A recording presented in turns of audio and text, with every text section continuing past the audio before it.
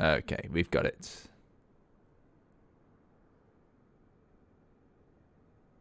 Sorry, YouTube.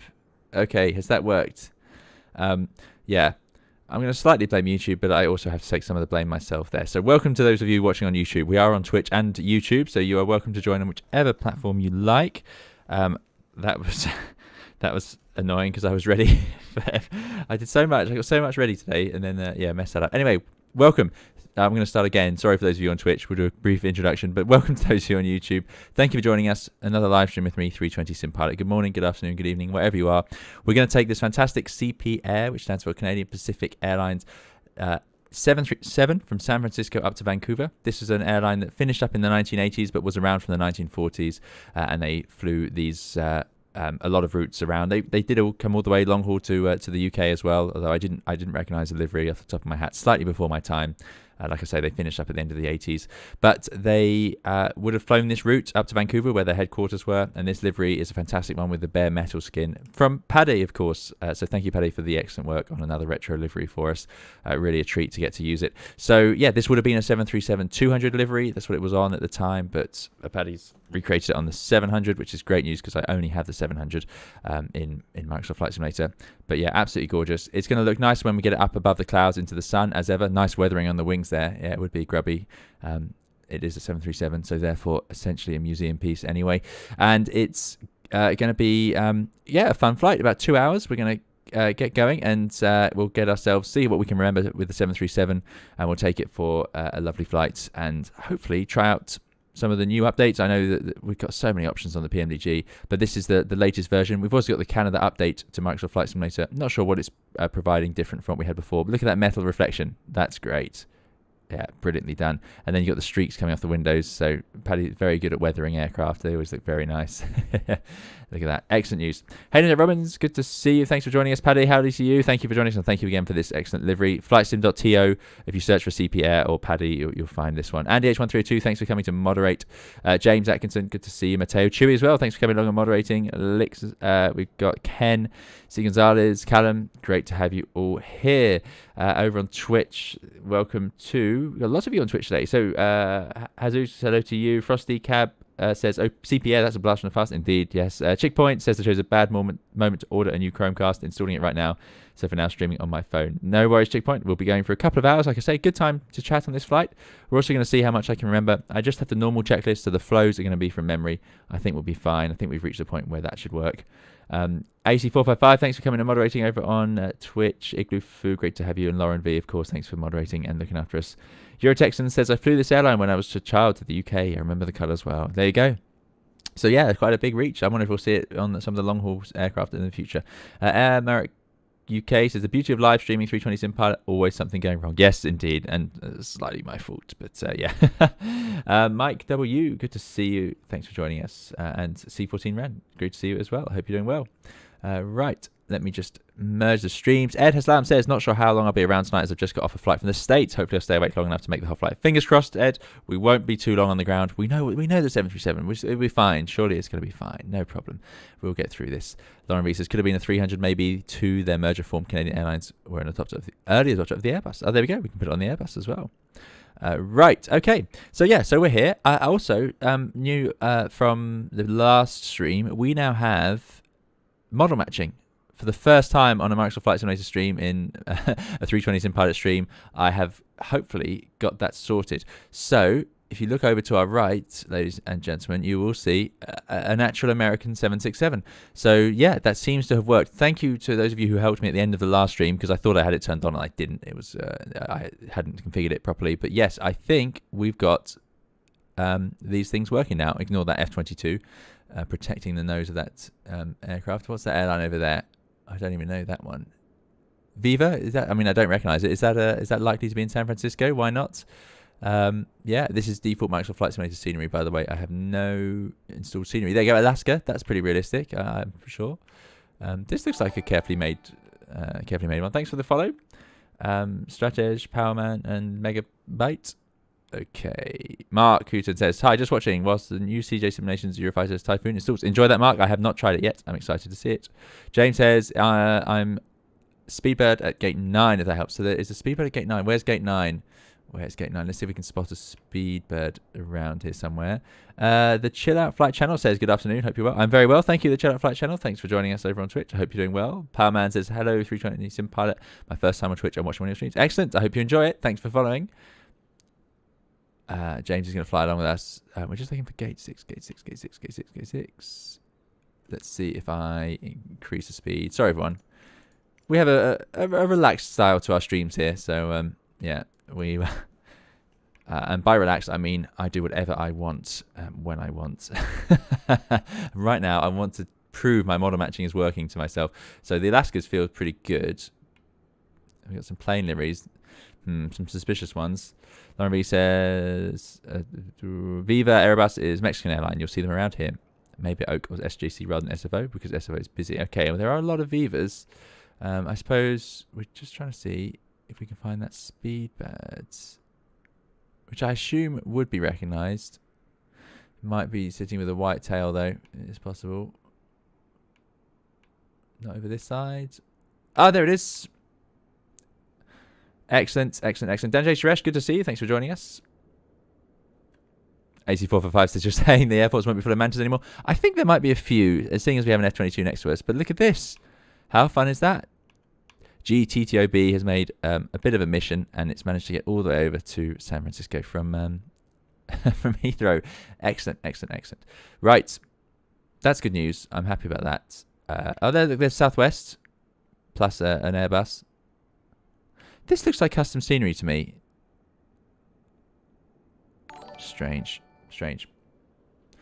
Very strange. Jonathan Fisher, thank you so much for the $20 super chat. It's incredibly kind of you. Jonathan says, after watching all your videos on simming in the Phoenix, I finally had a flight on a real A320. Made it that much more enjoyable when you know what is going on. That's great. It is good fun to get on the real aircraft and see what it's all about. So, yeah, thanks so much for the very kind donation, Jonathan. Thank you for supporting the channel. Thank you for watching the videos. And I'm glad it's made made it a bit of fun in the real world as well. So that's great. Thank you so much. Really, really kind. I really appreciate it. Right, let's put the drone back. Stop playing with the drone. Let's get going. So, into the flight deck. Here we are. Cold and dark. Now, there's loads and loads and loads and loads and loads of tests and checklists we'll do, or we should do. I'm going to use the checklist only when I've done the flows. So, I'm sure from now on, those of you who know the Boeing, I know Matteo knows it very well, but I know lots of you do. I can only apologize for what you're about to see. I'm going to try and do my best to sort of be sensible with it. There goes the Delta. Very cool, very cool. We could, of course, it's just going to be a bit slower, but we do have the PMDG checklists, which shouldn't be too bad. So let's do it's 57 items, you see. So it's a lot of checking things are closed and off and so on. So I don't really think this is great, and I think this is great that PMDG put this in here. It's brilliant, in fact. But yes, the cat, she's not even in the room, but the cat is making her presence known, no doubt, over there. Thank you again, Jonathan Fisher, for the very kind donation. Again, really appreciate it. Danny J says, I was on a 321 close to the front, was able to hear the autopilot go off for landing, which was cool. Yes, the first few rows, you definitely will hear the autopilot. Yeah, it's great. Nice scenery, says Euro Texan. Nice scenery at SFO and LAX on default. There you go. Perfect. It's one of the premium airports. There we go. That makes sense. Yeah, so lots and lots and lots of things here. But essentially, what we are going to do is close the batteries. Let me think. Battery switch guard closed. Oh, let's do this. Why not? Standby power switch guard closed. Standby power is, and that's the battery. I just told you all that I know what I'm doing, which is obviously a recipe for this exact situation, which is there's the alarm. Where's well, I'm gonna have to give up on it. Standby power, there it is. Yes, it's already closed. Good. Standby power closed. Good. And this is the problem. You end up checking lots of things that are already closed, so it does take a bit of time. Windshield wiper selectors to park. But this is a simulator channel, I suppose, so I probably should do that. Yeah, they are in park. Electric hydraulic pumps are off. Electric hydraulic pumps are here. So the electric pumps should be off and off. You don't want to power them, so that's fine. Landing gear lever down. It is indeed down. Landing gear 3 lights we have. Landing gear 3 red lights are off. Engine and APU fire switches are in. Overheat detectors is normal. Yes, we'll say any tests we're going to say are fine. We're not going to actually run them. We'll just do the things we need to do. So you do the fire warning bell for the APU if you would like. I wonder what that does. I don't actually know. Then you can test the engines as well. Master caution lights illuminated overhead. Yes, yes. We said this is all fine. So this is a whole test of the warning system of the fire. I mean, it's incredibly complex when you think what you do on the Airbus, which is just press one button and look at it. You don't even have to check the cautions go off on the Airbus. Rory Ladson, partly good to see you. Thanks for joining us. Laura V says, PMDG has the things all set up kind of weird by default in terms of power test. Yes, yes. I had to load the cold and dark. Anyway, more testing, more testing, more testing. Right, suitable fuel pump on. So I think, I'm trying to remember now, is that left forwards, left aft? I think we turn on one of these fuel pumps for the APU, and then we can put the APU switch to start.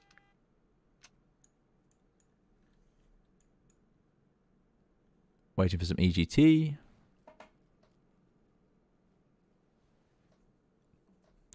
$15 minutes in. We do have a flight plan.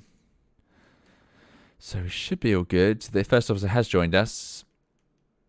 There's EGT. APU starting up. That Delta's taking a while to go. Big airplane though. Done. APU. Why have I lost all sounds in the flight deck? Let's see what happens when we turn this. APU gen off bus. It is not there yet, so it's not available yet. So we'll just wait. The EGT reducing. Jet engines get hotter and hotter as they start, reach a peak, and then they rapidly come down after that. Paddy says, base this on CFCPG, which is a 300. I thought it was a 200. Apologies. There we go. Right, sounds are back. Gen off bus is illuminated, so we know it's working, so we can go onto the APU generator. There we go. Tick. Source off lights off. I guess that's talking about that. Don't know. Transfer bus off lights off. Yep. Oh, there's a source off. It's like there. Standby power off light off. I think that's in the middle.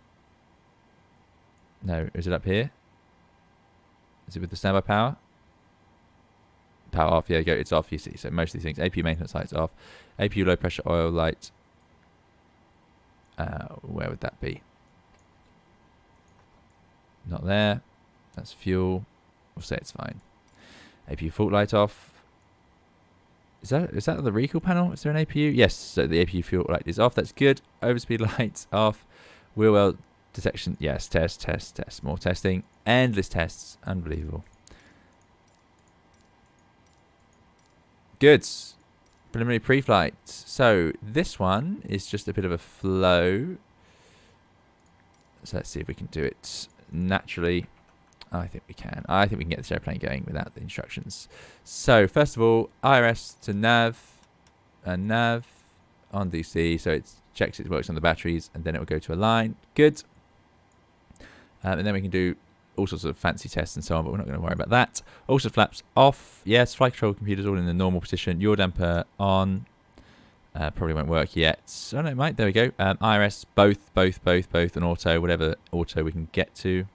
Indeed. Ranger says, cool, CPR. I actually remember these flying around. Why did you pick this livery? I just saw Paddy made it, and I wanted to do a flight in the US in the 7.3, so it fit in nicely, and we know we like Paddy's liveries.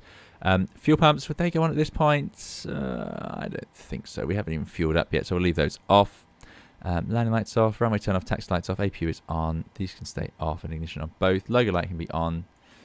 Position, we'll have just steady, anti-collision off, wing. I'll put those on. Right, we're on the APU generator, that's fine.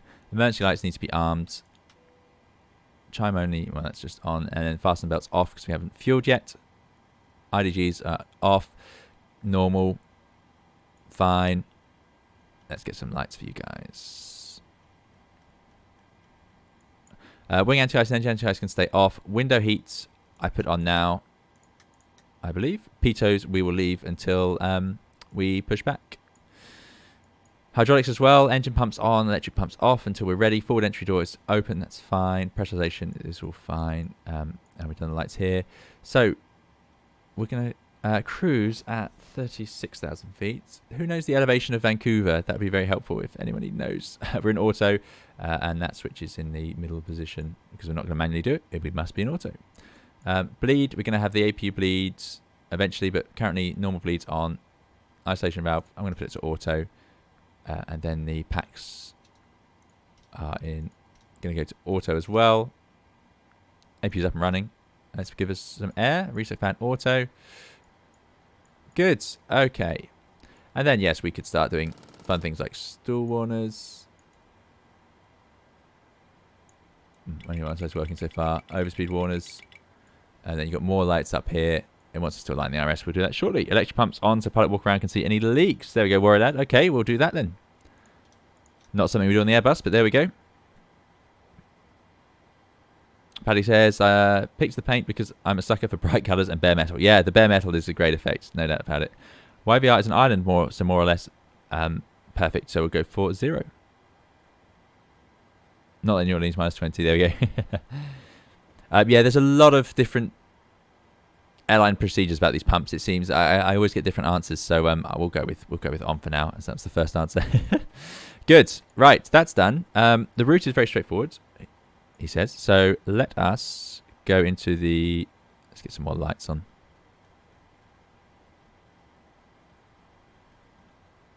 I want the panel lights. That's the screens. Main panel. There we go. That's better. Good. Right, let's go to the FMC. It is up to date. Pause in it. And I'm going to take KSFO. And last position is, that's probably the correct position. That looks very similar. So let's put that in there. Route KSFO. I always for 2.5 years now have forgotten that it does that whenever I do that. So there we go. Apologies. CYVR is our destination. Vancouver. Never been there before. We're going to be the CPC, which has the great call sign of Empress 318. I don't know what runway we're departing from. Let me just take a look at VATSIM. There's no controllers online, so that's no problem. Just don't miss the yokes, isn't it? Exactly. Charts say 9 feet. Okay, so we'll go with 0. Thank you.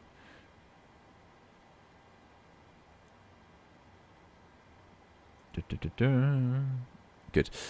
Yeah, so that's good. That's good. What happens if I flight plan request? No, I think you have to save it in. It doesn't do anything fancy at the moment, does it? Right, so we haven't got a runway in use. I don't know what they'd do, but I was given this departure by SimBrief, the Truck N departure, which would be off one of these northwesterly runways. So I have no idea how San Francisco operates. I'm sure I'll do the wrong thing, but I'm thinking runway 28 left. Any reason why we couldn't do that? CPC is Canadian Pacific, Lumini. Ah, there's free Digiators in the US. That's very good. Yeah, we don't have that in Europe. A lot of airports don't have it. You'll hear, if you're flying around Europe, you'll often hear people asking up for the weather because they can't get it. Aramika says, you're not using the company route. No, I assume you have to save the file somewhere to do that. Right, we're going from 28 left. I can hear the people wincing, so I apologise in advance. Firebird 911, hello to you. 28 left. Truck N, that's it. Routes. Activate. Next page, so truck. And then Dead HD. I always find the waypoints and then RBL quite something in America because they don't seem to bother making them into words. In Europe, they all can be said as words pretty much. Right, North 47 versus North 18. Well, we know we're going further north, and that's by Everett, so that would make sense over Seattle. There we go. Oh, what's that? I remember it does this. Is that on the intercom?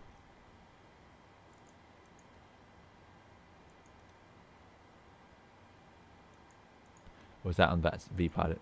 That was V-Pilot. Ignore me. I thought it was the airplane talking to us. Good. I say airplane. Somebody in the airplane. So that's a bit of a route. Only heavies apart 29 left usually. Oh, they're currently departing on 1 right. Deadhead. It'd be deadhead. Okay, James. Fair enough. Yep.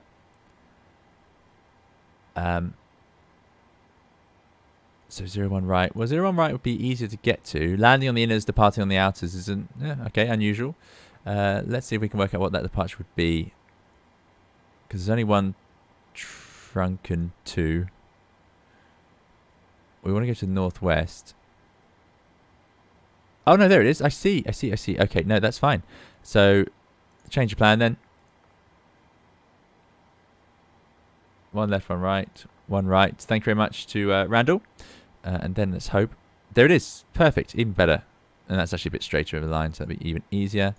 And all we need to do then is put deadhead on there. We're just going to wind up the range. Check it looks half sensible. Yep. All good. Great. And that's a bit of a route. And then we can figure out the other end when we get going. Right. So... let me just think. So we normally do...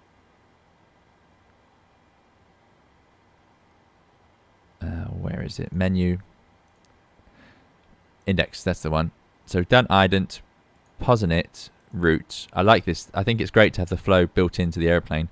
Now we're going to go into the weights and load it up. So I need to first go into menu and load up the aircraft as we want it. So this is where the PMDG is slightly behind. This will be a VOD 9 Tango, or you can go to my YouTube channel, 320 Sim Pilot on YouTube, and you'll find the whole thing on there, hopefully, provided that the stream stays alive the whole time. Those of you watching on YouTube, thank you. If you do, please leave a like. It helps the channel out a huge amount if you are enjoying the video. It helps us get noticed on YouTube. So, we are going with a 0 fuel weight of 50.8. 50.8. Let me see, 0 fuel weight, 50.8. So a bit lighter than that. So can I just put that in there and it will work it out for us? There we go, 50.8. Gross weight 62.1. And then it's loaded up some passengers. That's great. So is that now done? I always forget with this aircraft. That should be done. Good. It seemed to do it. I don't think we need to do anything else. Except sort out the fuel. Fuel, we required 7.2, so I'm just going to go 8 because I don't know the airport or the airplane. So that should just be done. So now if we look, our 0 fuel is 50.8 with a CG of 23.9 of takeoff. Where's the 0 fuel weight CG? Yes, done now. Great, thank you. Oh, it doesn't seem to care about the 0 fuel weight CG, just the takeoff CG. Okay, fine. So we'll go back to init ref. 0 fuel weight, 50.8. Total reserves. We need a reserve fuel of... it's quite light on the alternates to get to CYQQ of 900 kilos. Final reserve 900. So this is low figures. Even for a 319, these are pretty low figures. So the 737-700 seems quite efficient according to this plan I've got here. So that gives us just 1.9 effectively. Reserves will be generous. Rounded up slightly. 1.9. Cost next we're going with 47. Quite fast. It says 390, but we're actually going to go at 360.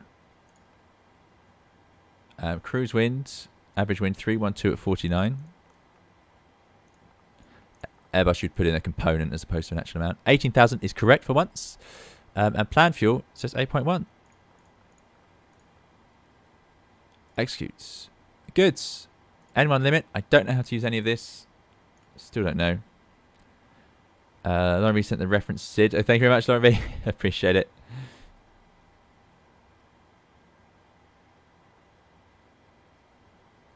Let me think. Good. Henzu says, do you think it's worth buying the Phoenix A320? I find the fly-by-wire really realistic, worth upgrading. If you enjoy the fly-by-wire, then that's absolutely fine. The Phoenix is if you want that specific, if you want the CEO aircraft. It's graphically got some some beautiful, beautiful touches, and it does have all the systems already in place. It just depends where you think you're at in your Airbus journey. If you want to go deeper and deeper, and if you're finding that the A320 is not providing that, then the PMDG hopefully can. But yeah, so we're going to leave takeoff. We're just going to go toga. Okay, what's wrong? The cat's complaining a lot. Yeah, she's way out of the room. The microphone's not pointing at her. The microphone shouldn't gather everything around. But yeah, there we go. So just try derate. We'll just do 1. We'll do takeoff. Let's do takeoff 2, as we've got such a long runway. Right, flaps should be 5, I'd have thought, for a runway like this. CG 23.9. Quite forward. 5.52 trim. So this is the trim we'll set on takeoff. The speeds load straight in, which is great. 58.9. Now that doesn't sound right to me. Oh yes, it does. No, it does sound right. Ignore me. Thanks for the follow to Eleku. Yeah, I wish the 737 had a perfect calculator, but it is handy. It has these speeds. Okay. And I'm not going to turn those off. Next page, you can put in more information. I'm not going to get too fussy about that. Good. So that should be everything complete, I think. Island position, perf, takeoff, approach. Anything else we can do? Legs. Well, let's just check that SID is going to work. So takeoff. 520 feet, right turn to tidy or tie-dye 3000, above 3000, which is the A above, and then to Trucken at 8600, that's fine. And then we'll carry on from there. We are going to go to Deadhead, which is this leg here, Deadhead. Flight level 190 is the stopping altitude, the first flight level you can go to, so we'll just put that in. There's no air traffic controller available. Nope. So we will do that. Scroll, scroll, scroll.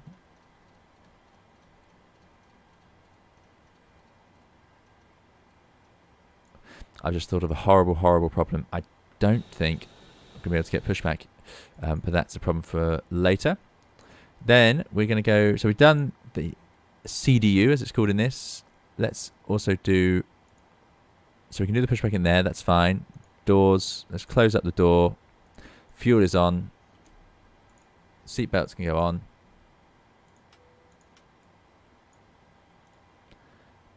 Good. Let me set up the camera. Love this feature.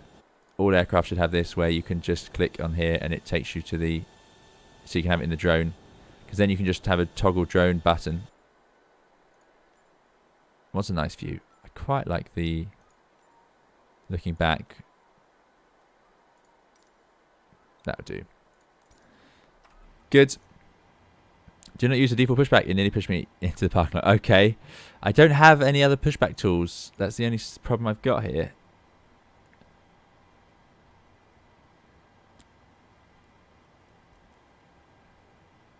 Just as the TV show catchphrase say it as you see it. Yes, there's a show in the UK. Excellent. Still no air traffic control, so that's fine. Christopher says, always fly the Phoenix, but I think this aircraft will keep me occupied through winter and beyond.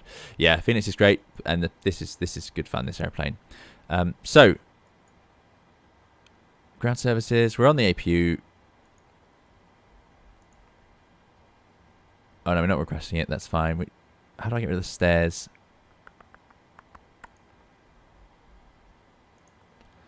Let's remove the chocks. Parking brake is... Oh, not on. Let's not remove the chocks till we've done that. There we go. Doors are all closed. Air stairs are closed. Should have done the air stairs. There they go. Okay, that's good news. Remove the chocks to get rid of everything. Perfect. Inboard pushback is okay, says Malik. Okay, we'll have to do our best. So there's a reference to music, is it? There you go. Thanks, James. I did not know that. Right, I want to see terrain. There we go. I'd like to see traffic. Anyway, that's our SID, so that's all pretty sensible. Let's make sure we get the right QNH. Is it really 29992?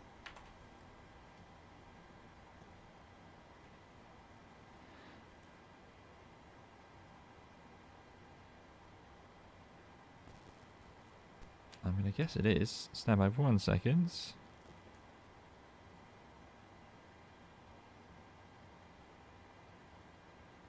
Yeah, 2993 coming to aero weather. So there we go, not bad. Right, speeds. We need to set those. 34 minutes, but we are almost ready. And we don't know the airplane. So VR 127, V2 134. So we're going to put 134 up here. This is the stuff you just don't have to do on the Airbus.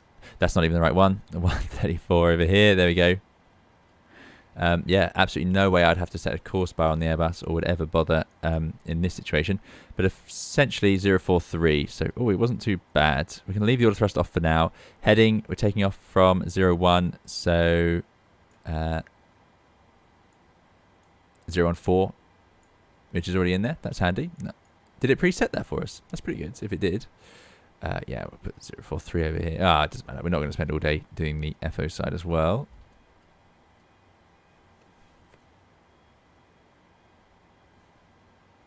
You can hear all sorts of things going on. Not sure what that is. Good. 2993 in real life. I was just checking that my shortcut was working. I just pressed B and it seems to have worked. So we'll go with that. I know it's not quite right. I can hear a horn of some variety. Jet bridge moving somewhere. Let's go to 1228. Good. Can anyone think of what else we should have done? There will be things I have not done. Go to VHF1. Turn that up. Transponders on 1, 2, 3, 4. That's fine. That's all closed. Everyone's sitting in the back comfortably. Excited to go up to Canada and get into the cold. Flight directors, they go on now, do they? Let's put the flight directors on. Let's run the checklist. So, four-star checklist. IRS mode selectors are all in nav. Yeah, there's only 2. Nav. Yaw damper we did already put on. That's there. Window heaters on. Emergency exit lights are armed. Air conditioning and pressurization. Oh, yes, let's sort that out. So, almost there. Sorry, everyone. We are almost there. Right. Restock fans auto. I want the APU bleed on. Pax auto bleeds on. And we open the valve. I think. Not that much temperature change between SFO. YBR. Yes, I hear SFO is slightly is cooler than people would expect. Isolation map open. Yes, great. Thanks, Lauren. Good. Pressurization mode selector auto, the most critical switch. It has killed people before. Fuel pumps, we're going to put them on. Do we have fuel in the center tank? It says we've got a tiny bit. So let's try and pump it out. Yep, okay. Altimeter. And do we have enough? 8 tons, that's what we wanted, yes. Altimeter's QNH 2992 is set both sides, yes. Auto brake can go to RTO now. Speed brake down. It is. Let me just check that. Yep, that is down.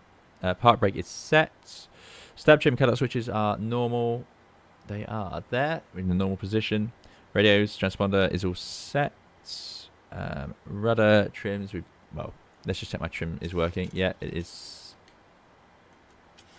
Oh, no, it's not working. Yes, it is working. But it won't go past there.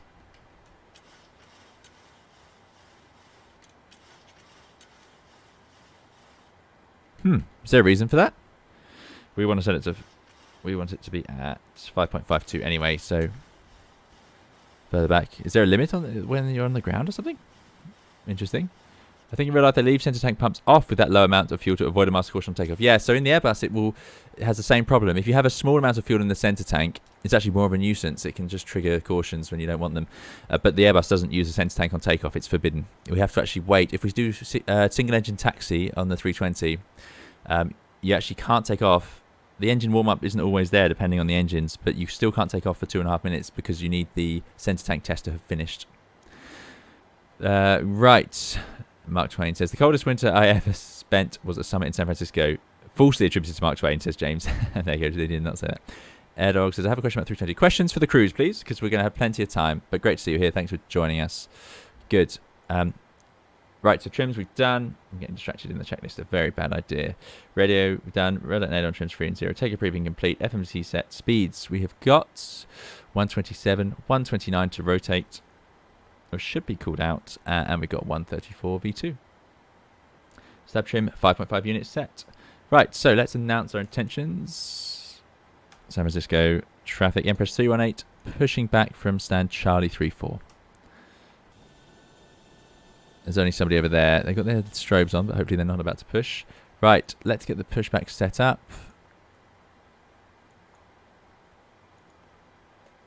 Chocks removed. Select tug. Yep. Push dial. Let's just do a straight out. Distance to tax line 262. Should we lower that? I don't know what the units are.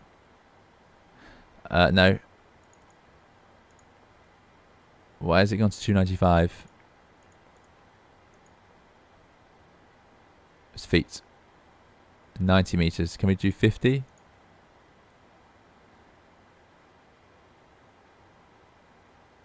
Real Deal says, do you think the new gusts in Sim Update 10 are a step in the right direction of Microsoft Flight Simulator, or do you dislike the gusts? I have not tried them yet. Apologies. I have not tried. I haven't seen how it feels, so we will see that as we go today. Unicom is 1228. Has it not worked? Oh. There we go. That's my Logitech panel. I'll try again. San Francisco traffic, Empress 318, pushing back from stand Charlie 34. Alright, let's go. So, thrust lever's definitely back at the idle gate. Let's get the beacon on.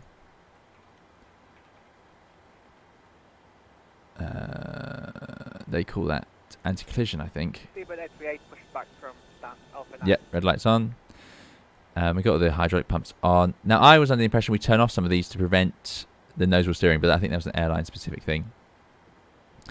And we'll do the transponder. Windows and doors are all closed. Transponder can go to... There's our colleague joining us. Oh, it's already on transponder. Oh dear, there we go. So electric A pumps off. There we go. Let's do that.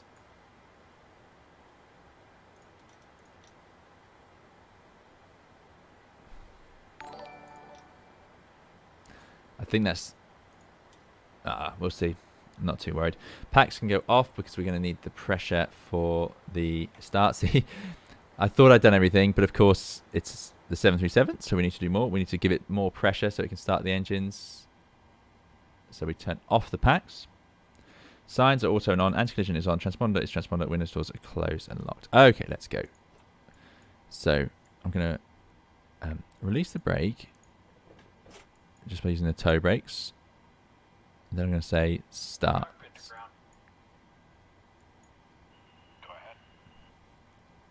Now what do I do? Takeoff 2 is automatically set there, so it seems to have derated itself. Oh yeah, because we got M1 to auto. Hopefully that counts. Oh, there you go. I heard in the US as a couple of years ago, transponders go straight to TA after receiving PDC. Interesting. Maybe then. Maybe.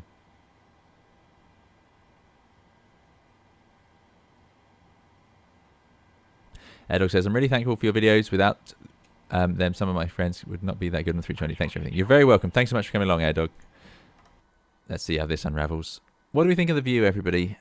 Is this a good view? Or do we want more of a wing? I'm going to ask YouTube.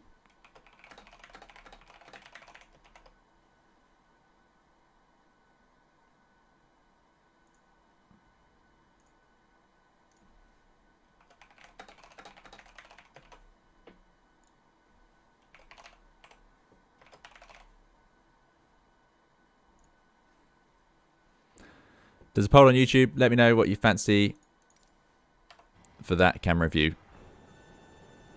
Please stop soon.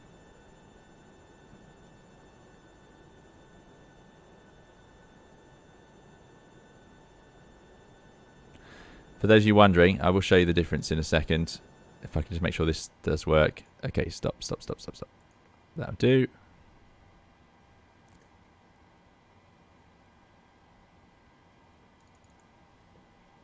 Thanks, James. Yeah, that sounds very reasonable. So, right, that's done. I'm going to set the brake. And just to show you, this is more engine. It's hidden. And that would be more wing. Looks pretty close so far. It's literally 50-50 with 26 votes. So I'm going to leave that running for another minute until we get a definitive answer. Yeah, so like I said, that's more wing. Going to get rid of that now. And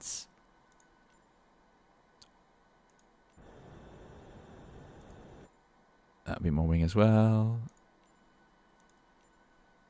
Where's the engine views? Where's the engine views gone? That'll be more engine. Right. Whilst we decide that, that's complete. Brakes are set. Tug should disconnect now. Chocks are removed. Let's start up the engines. So starting engine number 1. We go to grounds. And now we should see N2 increasing. There it goes.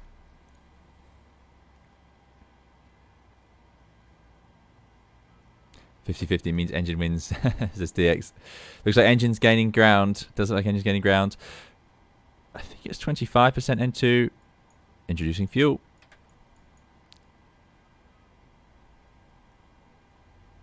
EGT rising. Fuel flow registering. Looking good.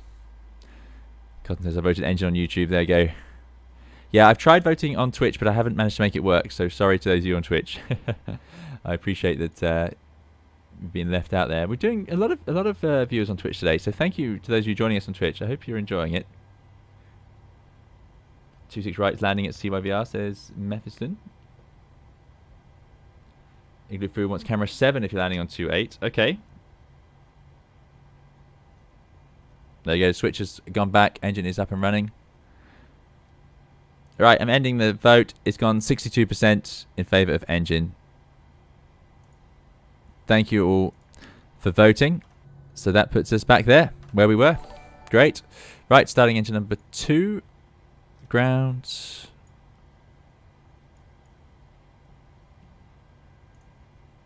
Thank you for the follow to Yo Joanny.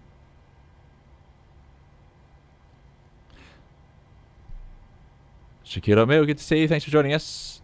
Mr. Banana as well, great to have you here. Says you can only do polls on Twitch once you're affiliated. Ah, there we go. That would explain it. Cotton Cuddles wins, yep. AC45 voted wing. Sorry, AC. It's the will of the people. Good, 28.6. And we'll put number 2 on. Right, let's put that back to sort of the performance page and this one on the legs page. Hello. Can I help you?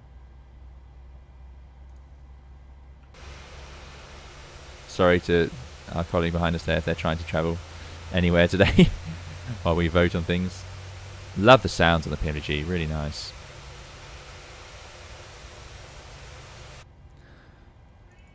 I should have started a clock, I would have thought. Start the elapsed timer. Hello, join us then. No. Good, that's up and running. That's gone back to auto. So, can we reconfigure the airplane correctly? Let's give it a go.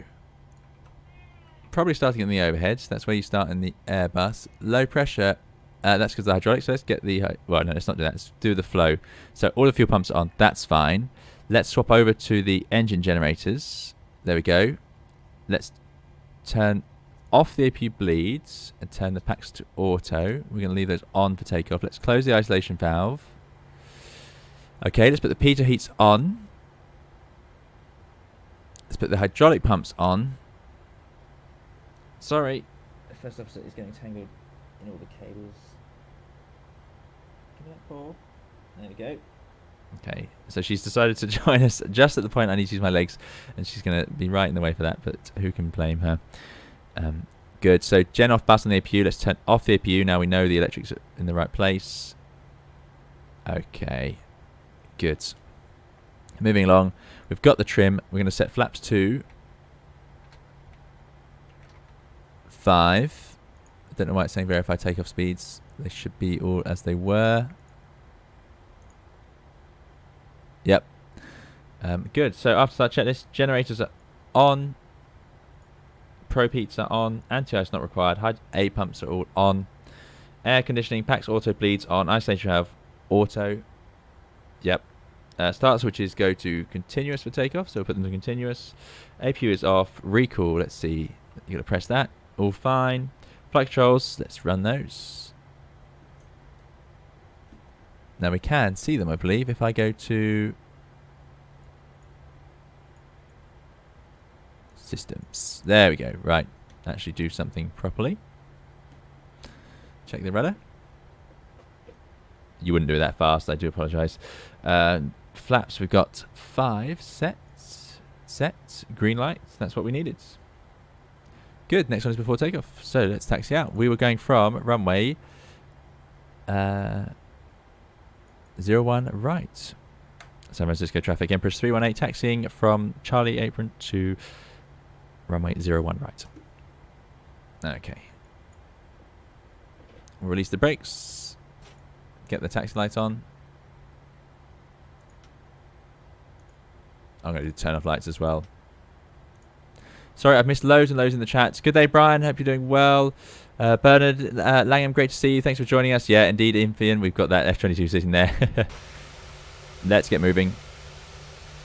It does take a bit of a boost to get started, the 7.3, it seems. We've got fancy lights on our 7.3 today. Go, go, go, go, go.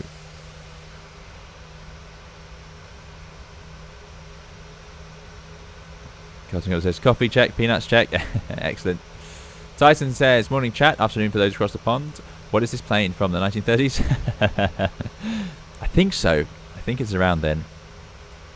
Search lights on, APU off. I think we've done that.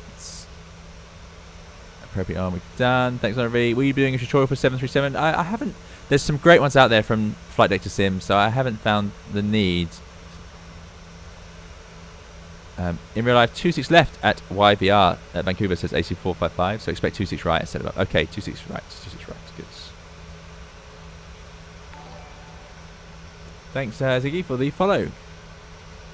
Now, I'm getting distracted by streaming, so I'm going to go there and actually follow my taxiing. Brake check works. Alright, let's get ourselves out to the runway. Boeing's do the flight control check before they get going, which does reduce our workload slightly at this point.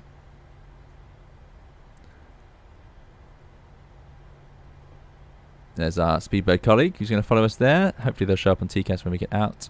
So what I will do is put the TCAS, as we've discussed it so much, to TRA now. Done the brake check. We've got the RTO. We're going to arm the auto thrust. Flight directors are on. Got the heading. I'm going to arm LNAV and VNAV. And look at our FMA. So we've got auto thrust armed. LNAV, VNAV are in white, going up to 19,000, which will become a flight level once we get up in the air. Good. Just having a look at our charts, because I am just strolling out to the runway quite overly relaxed here. Let's make sure we go to the right place, shall we? So we are somewhere down here.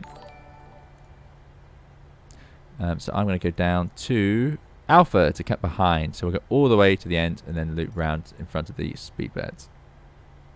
Thank you, Statsui, for the subscription.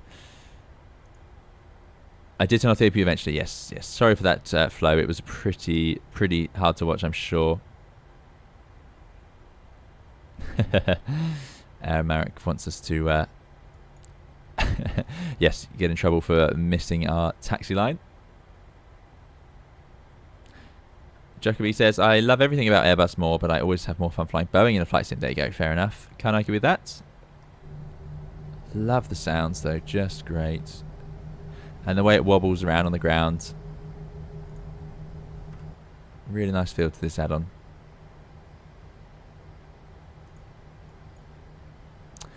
So, what else do I need to do? Thanks, Relone, for the follow. I think we're pretty much there. So, look at checklist. Before takeoff checklist, config. Oh, yeah, so to do that, we do this. Now, this is just amazing. We're going to rev the engines. We're not going to rev them. We're just going to move the thrust levers. No config horn, so that's a good sign. Flaps 5 set, green lights. Stab trim 5.5 units set. Transponder TRA, briefing confirmed, cabin is secure. So, we are ready to go. Next bit is as we line up. Thanks, Adam, for the follow.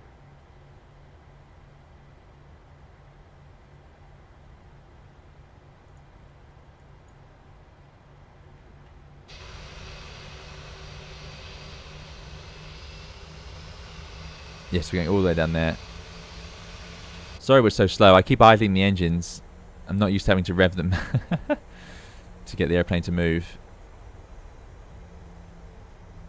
40% M1 is quite high. You wouldn't want to do that with anyone behind you. Right, let's just announce what we're doing before we cross the runway. San Francisco traffic. Empress 318 crossing the undershoot for runway 01 left, lining up 01 right for a northeasterly departure. Okay, it's clear over there. Let's get our lights on as we're heading out to the runway now. On. Oh, yes, of course. What am I doing? There we go. So it's clear over there. Clear over there.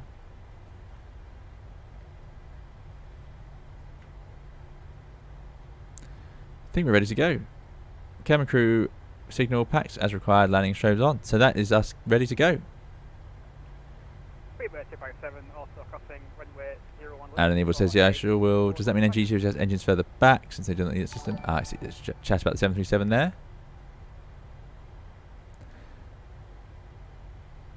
Clear on the approach. So let's just... Where's the holding point? Must be over here. PMDG also feels a little sticky in the taxi, says Lauren. But yeah, a little bit. Warrior Lad says, good, I can't fly along today. Wife's got me cooking tea. No problem at all. Thanks for watching along. We're just going to stop at this holding point, and I'm going to run through the actions. I don't know how San Francisco would do this. Would they ever hold you on this side? You're out of the way of that other runway, really. But then there's a queue behind us who aren't so out of the way. Right, so just holding on the toe brakes. Thank you, Stay Tweed, for the $20 super chat. Really, really, very, very kind. Stay Tweed says that we are very orange today. Indeed, I thought the thumbnail might almost look like EasyJet, but that's also an orange super chat. So thank you so much, Stay Tweed. Really, really appreciate it. Thanks for the kind donation. Yeah, it's great to have you here. Thank you for the support. I'm glad you're enjoying it. Right, so what we're going to do then is just brief how we're going to run the takeoff. So Boeing's, we do still apply a bit of that. We stabilize the engines to 40%. It's much easier because it actually just draws it on there. There's no daft EPR to worry about. 40%. Then we release the brakes, set takeoff thrust 87.9. But to do that, we're going to press this little screw here. That's like pressing the toga buttons on the thrust levers, because the auto thrust is armed. It will drive them to takeoff thrust, and then for some reason I can't understand, it will change mode to thrust hold, and it will hold the thrust at 87.9. First officer's about to leave because I'm talking too much. We're going to roll down the runway at 80 knots. I'm going to release the pressure on this yoke. And then we're going to get to V1 127. I'm going to start the rotation up to about 15 degrees as normal, maybe a little bit lower. See how the thrust is going. And then we'll hopefully get LNAV and VNAV. Follow the right turn, accelerate. And then this config speeds are similar to the Airbus. So we'll see a green. It will say numbers instead of F and S. So once we go above each number, we can raise the flaps to the next stage. So when we go above the green 5, I'll set the flaps to 1. Until we clean up. Right, are we all ready to go? There's almost 300 of us, so there's a few minutes more than we can fit in the airplane. So to those of you in the hold, I do apologise. Yeah, right, let's go. San Francisco traffic, Empress 318, lining up, taking off, 0 on right on a trunk and departure. Let's go. Lights are all on.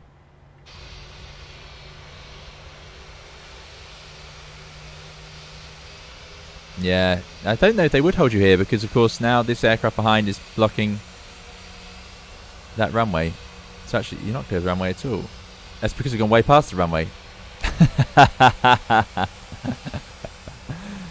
So this is the holding point for the runways for the exact reason we just said.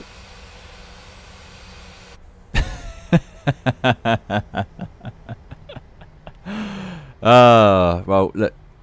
That's what we intended to do, and don't let anyone tell you otherwise. We are simply taking an alternative lineup route. Oh dear. Yeah, how funny. So that's the reason that confused me, is because in my head I didn't check the chart carefully enough. That taxi route does not reach the runway. So yeah, that makes more sense, because I was thinking otherwise you're blocking the other runway. And there you go. Right, well, we'll go again. You just checked if we noticed and we failed, right? So yeah, exactly. Exactly. Right, we'll get over to the centre line. Focus up. First officer's leaving because I'm using the rudders too much. Let's go. Take off. So, we're on the right runway, 01 right. 40% stabilizing the engines. I hope you can hear. Let me know about the audio, everybody. 40%. Do a rolling takeoff. Stable. N1 toga. 87.9 we're looking for. Not to get too distracted. Thrust is set. 80 knots. It's checked. Stick to neutral. Thrust hold. Ridiculous. Why does it change mode halfway through the takeoff? V1. Rotates. Up we go. Bit fast on rotation there. Gear up. And away we go. Lovely feel to this add-on when you're in the air. I really like it. And then it does some sort of auto trimming. I don't understand what it's doing there. That wasn't me. 500 feet, we can make our right turn. Getting a bit slow on that. It seems to have interpreted a higher V speed. Does that just what it... Does it change to what you rotated at?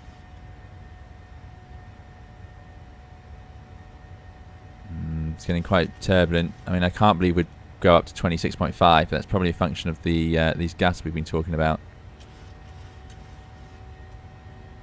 Okay, we're around the first turn. It's time to accelerate. LNAV, VNAV speeds. Autopilot 1 command. It's going to lower the nose. We're above the 5. Let's go to flaps 1.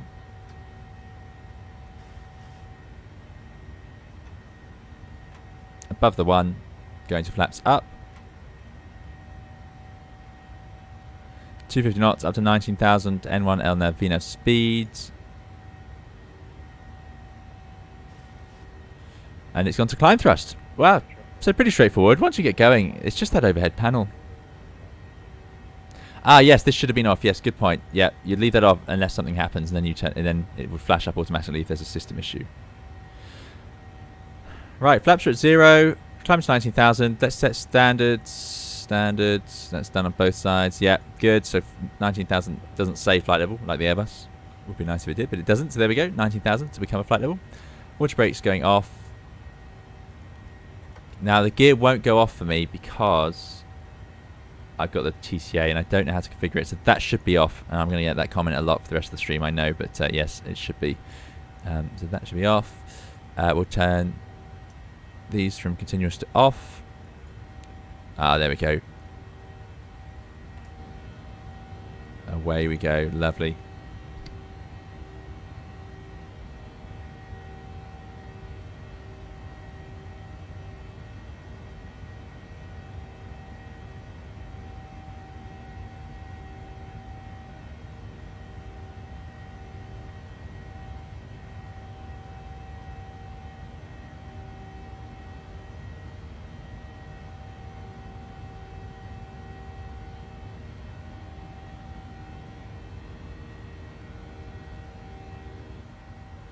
Oh, getting some good tips. So, does the click spot to turn the gear off not work for you?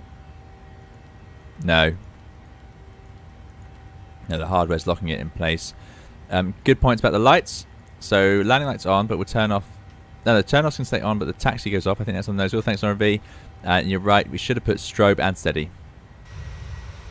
There we go. I think the lights were the last of our worries with that that lineup. Yeah, pretty bad. But there we go. Right. So, how's it looking? 250 knots. M1 going to pass through 10,000 feet shortly. I'll take a checklist. We're going to check the pressurization. Engine start switches off. Landing gear up and off. Auto brake off. Flaps up. No lights. They're definitely up with no lights. 10,000 feet, so we can double this up with our pressurization as part of that checklist. So we have a cabin altitude rising, a diff pressure climbing, and a cabin rate of about 500 feet per minute. That's all looking pretty sensible, so good news. What else can we do? Let's turn off these lights as we accelerate. Good. Fuel is looking sensible, 7.2 tons. How do you see the fuel used? Engine? Fuel flow? Nope. Fuel quantity? Nope.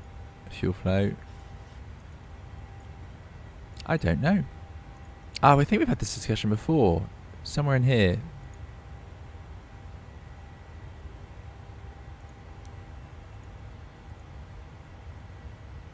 Not sure.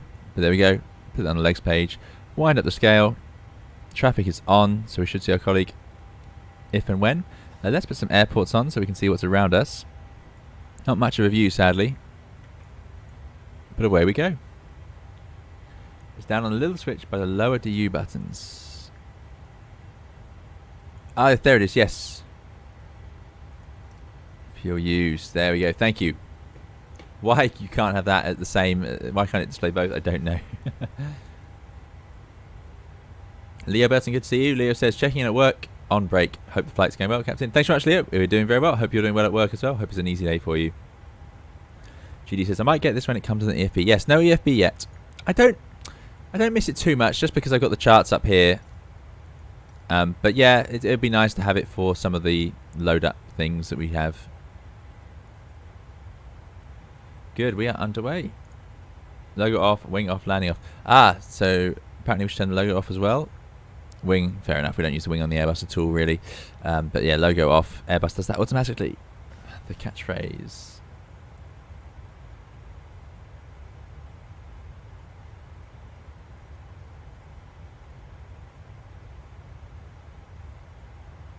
Taxi lights auto on the Phoenix says cotton cuddle. No, they're not auto cotton cuddle, but on the Airbus, when the nose gear raises, it automatically turns off the lights on the nose gear. It is just a micro switch, so you know it could go wrong, and you don't want to have a nose light sitting on in the wheel well with a tyre because it could get very hot. They're incredibly powerful lights, incredibly powerful. So that's definitely something to consider.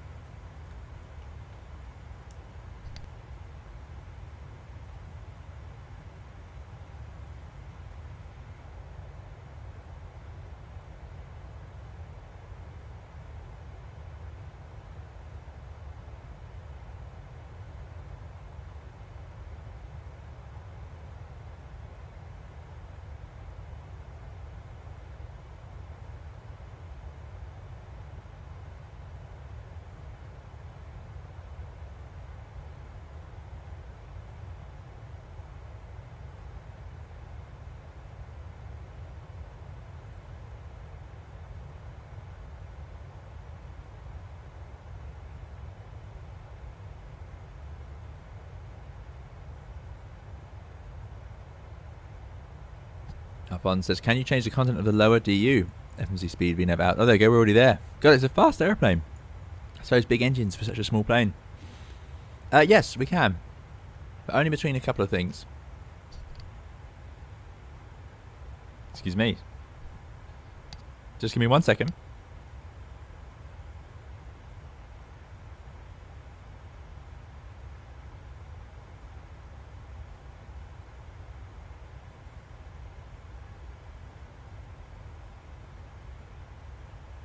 Sorry about that. Yes, so lower screen. You can have the engines, or you can shorten it up there, or you can get rid of it, simplify it to fuel flow, and then we can have it set to fuel used. Systems is there, but there's only one systems page.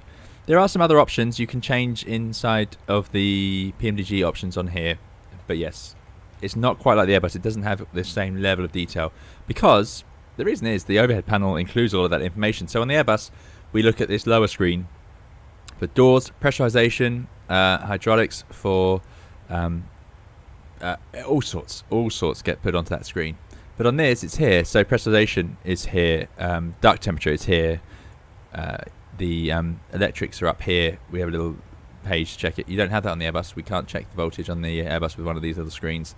We just have a battery voltage readout, and that's it, an LCD. So no, that's the main reason for it. Right, we're going up to 36,000 feet. That's funny. So in the descent, it automatically descends when you set the new altitude, but it doesn't seem to do it in the climb. There's a million options for this aircraft, so I'm not familiar with them all, which is why Flight Data Sim is the place to go. Because yeah, you can even change which. This is called a FCU on the Airbus. They call it an MCP, mode control panel. So if I repress VNAV, is it going to go? Oh. What's going on there? MCP speed, out hold. No. VNAV, please. Climb.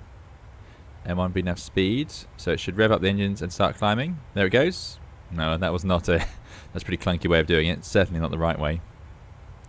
And you get this nice banana that shows you where you're going to level off, which should roughly line up, in this case, with top of climb, because that's where we plan to be. Oh, level change. There we go. Got to hit level change again to be... Ah, okay. Level change. Right. Or out intervention. I still don't understand these intervention buttons or what they mean.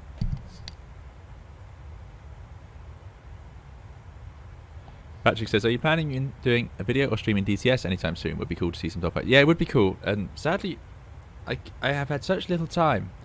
But we're getting more time, so these streams have been a little bit more regular, which I'm very happy about. So I hope to stream in DCS. I really do. But it will inevitably be last minute, and it will be Twitch only. So if you'd like to see that, then make sure you follow us on Twitch. Or follow me on Twitch. I say us. There is a team here. There's no doubt there's a team. Looking after, we've got our moderators especially working very hard for us, and then there's just community members contributing. So yeah, I think us is a fair phrase. So yeah, if you would like to, then follow us on Twitch.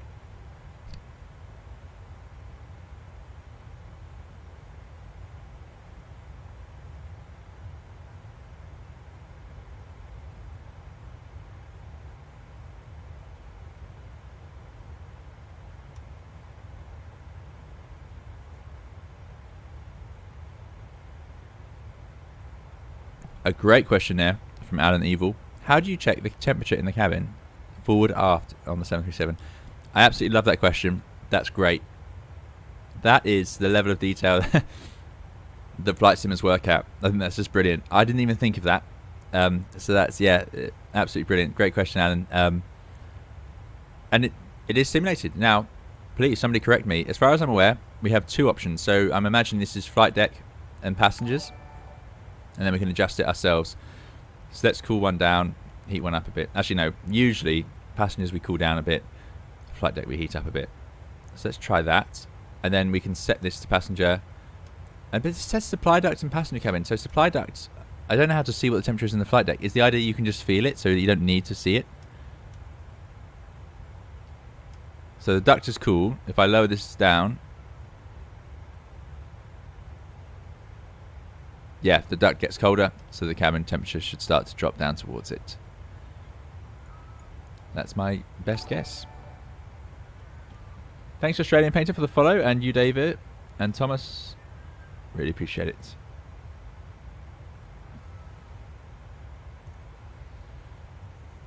James says, the only thing I know about outer dimension is that for descent, before top descent, it starts you off at 1,000 feet per minute until you intercept profile. There you go. I see. So it says, follow this using current pitch. Okay. Yeah, this is the genius of the Airbus. It's one of the best parts of the Airbus. I think it's sort of underappreciated is the FCU. It's total genius. It's a piece of ergonomic mastery that you can have just the 4 knobs on it, a couple of buttons, and it can do so much. Yeah, it's very good. It doesn't have this intervention and so on. It's just much simpler. I really like it. I'm not a fan of having a VNAV option, a speed intervention, a level change option, and then we've also got the altitude intervention, you know. But that's me. I know I shouldn't say this. A320, thanks for following. Dougal says, a little more F-14 Tomcat formation flying. Yes, Shadow Display Team, I would love to join them. I'm way behind in Flight Simland still, because what happens is when I have time to mess around with the simulator, what I like to do is run a stream or make a video. I haven't had a chance to make a video, but the streams have been more forthcoming, which is great. I absolutely love streaming. So yeah, that's been a nice a change in pace for the channel of late. But hopefully we get the chance to do some formation flying too. Iglafu says, if you're at a flight level and want to climb and in VNAV, you can set the new flight, then hit out intervention. So out intervention is a vertical mode, but speed intervention is, is a speed related mode. Yet the VNAV and level change are here, and the out intervention's over here with the altitude. I mean, yeah, interesting.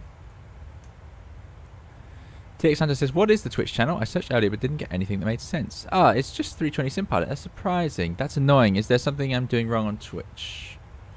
I'll just post it into the chat 320 sim pilot, all one word on Twitch. I think that could be the difference.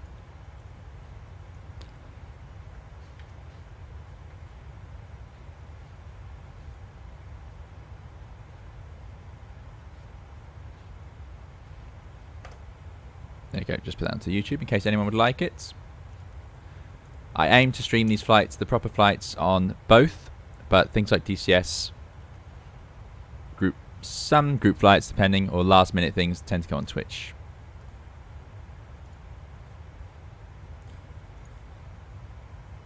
I like the PMDG, Alexon. I do like it. Flight level change to open climb. Thanks, Iglafu. Yes, yes. Okay, makes sense.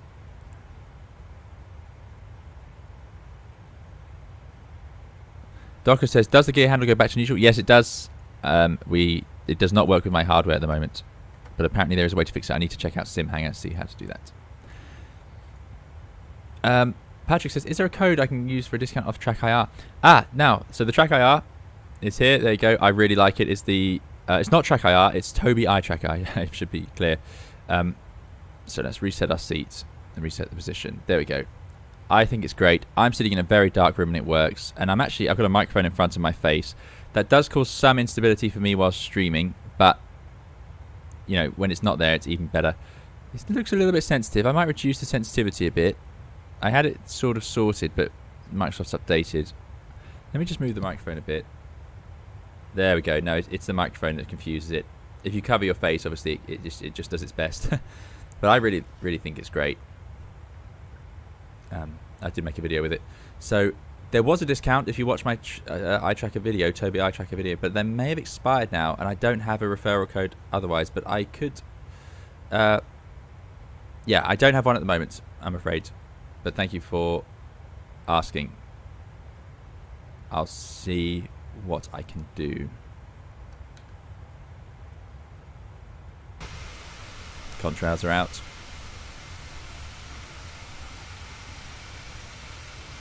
Spectacular scenery as ever.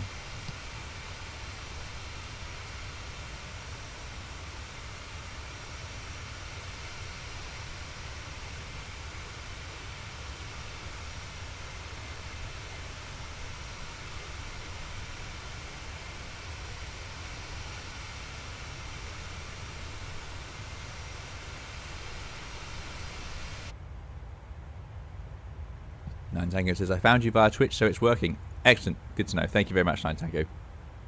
Nine Tango. Sorry, Gabriel. Yep, Gear Lever. It does not work with my current controls. Tony says, which of the Apex PCs do you use? I'm going to buy one. So, Tony, the Apex PC games, the ones that we have, they're a little bit... I'm not using one at the moment. There's been a lot of changes in hardware since then, so it's I don't know if those are in the right format at the moment. I need to go and review that. Yeah, I'm not A320 Sim Pilot, I'm 320 Sim Pilot.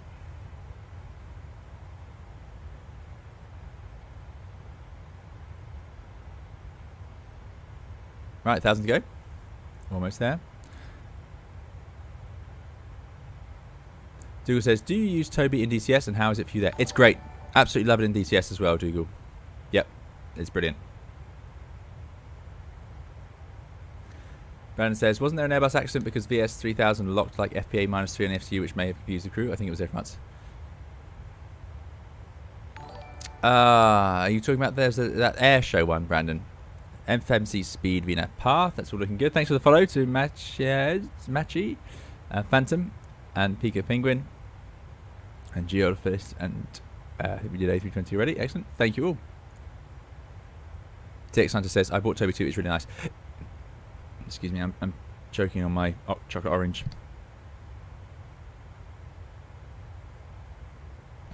Right, I'm back.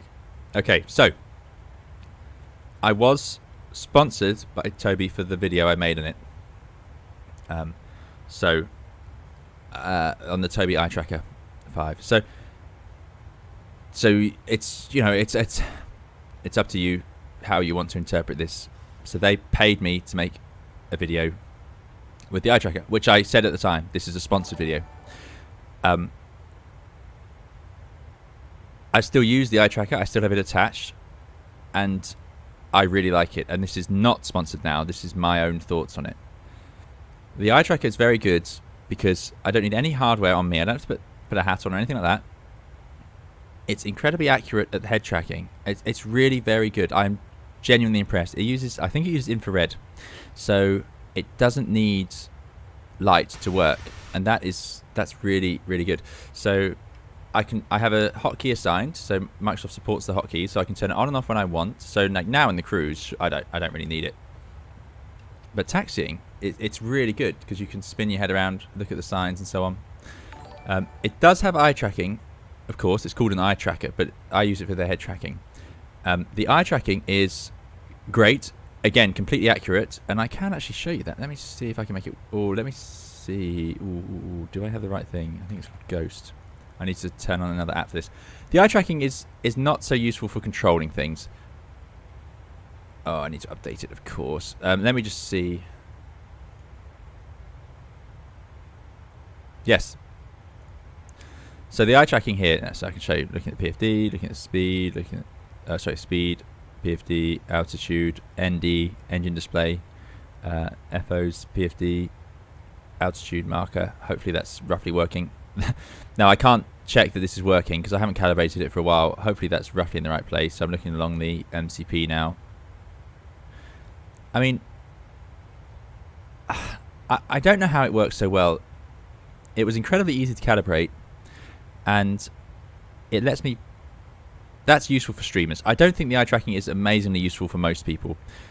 They have it automatically set up so that the eye tracking, as you move your eyes, it will actually move the camera around a bit. I turned that off. I didn't like it. I found it slightly disorientating, but some people might like it. It could be useful in certain situations. So I just use the head tracking, but the eye tracking is good for the stream.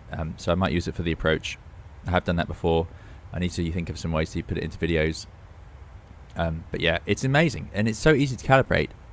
And I'm sitting in the dark with glasses on as well, and it's managing to see where my eyes are going. I don't know how it does that.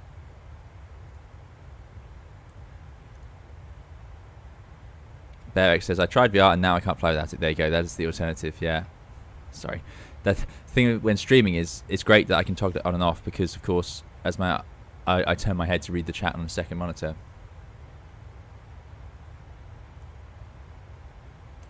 Patrick says, thanks for the info. Very interesting. I was wondering whether I should get rudder pedals or eye tracker next since I'm planning to do a bit of DCS where eye tracker is very recommended. Yeah. So in DCS, you're going to need both eventually if you're going to get into DCS, because you'll need the rudder pedals just for steering on the ground and so on. Unless you have a twisty joystick, and then you can get around that. But you need head tracking of some variety in DCS. There are apps you can do on your phone. I've used one of those before, which was very good. We had a sponsored video from them a long time ago. However, that's another option. That's a cheaper option if you do it through the app on your phone. The Tobii is more, I suppose, it's run by a big company, so it's got supported, included software. It's very simple to set up, especially with supported games.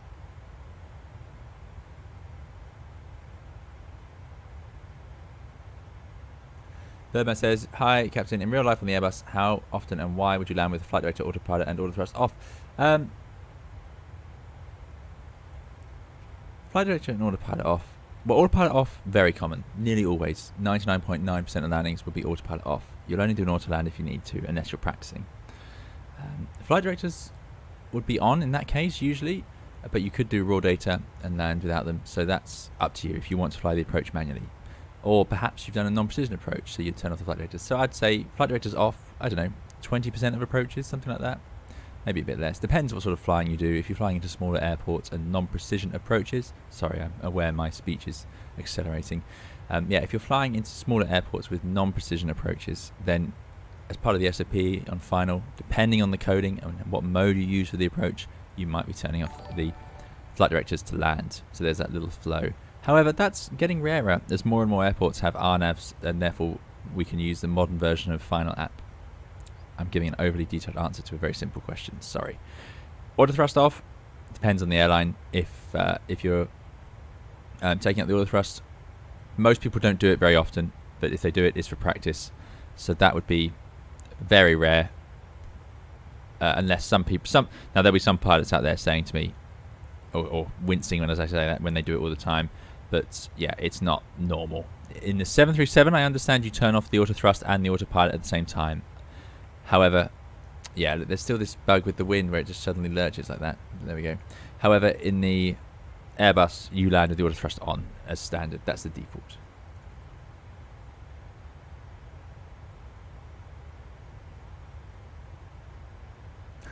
Docker says, wait, you're creating content to make money, question mark, exclamation mark, and then a / sarcastic. So yeah, it's if we're lucky enough to get a sponsorship, then it just helps us buy more add-ons and you know, helps the channel pick up a bit of hardware if we need it, something like that. Yeah, but very rare. Docker says, can you please keep on eye tracking for landing? Yes, I can do that. I can do the eye tracking. Ronald M says, I absolutely love the eye tracking in the video you made. It was great to see which instruments you were monitoring. Okay, I'll do that more. I need to make some videos with it. BZDO says they're using OpenTrack for head tracking. That was a game changer. Yes, there you go. Hello to you, BZDO. But yeah, so that's using the phone app. You can then use OpenTrack, which is a freeware program for your computer. Igloo says, can confirm 320 Sim pilot uses sunglasses at night.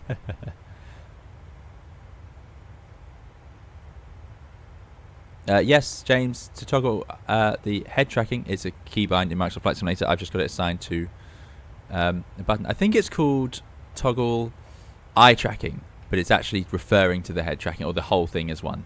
So I think it was, I don't know if it was an integration between Toby and Microsoft or Asobo, but it's very well integrated.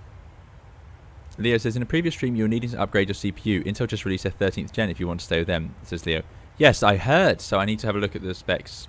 Glad I didn't buy the 12, but I did chat. I think Bernard said that Bernard has the 12 series i9 and still is CPU limited, so I don't know whether it's going to solve the issue or not. The issue I've been having is a frame rate drops in the stream, and I'm wondering whether it's caused by my CPU or the internet. Yeah, I've been having some discussions with Hayden about that. Dougal says, almost impossible to be competitive in DCS without head tracking or VR. Exactly. Or you can be like me in DCS and have both head tracking and VR and still be uncompetitive. There's another way around it. The flagship 13th gen needs very robust cooling solutions, says Gabriel. Yes, that's no. I suppose that's no surprise.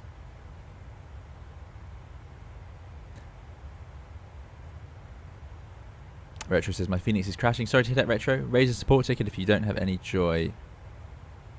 TX Hunter says, yes, I only use Toby for taxi, landing, stuff like that. Really hard to use when trying to toggle switches. Yes, exactly. It is still hard to use while using switches. It's not much fun.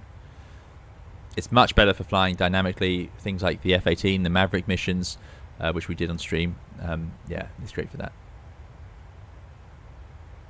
Simon, indeed, landing gear should be off, but my hardware prevents me from doing it. I can keep trying, but it just won't do it.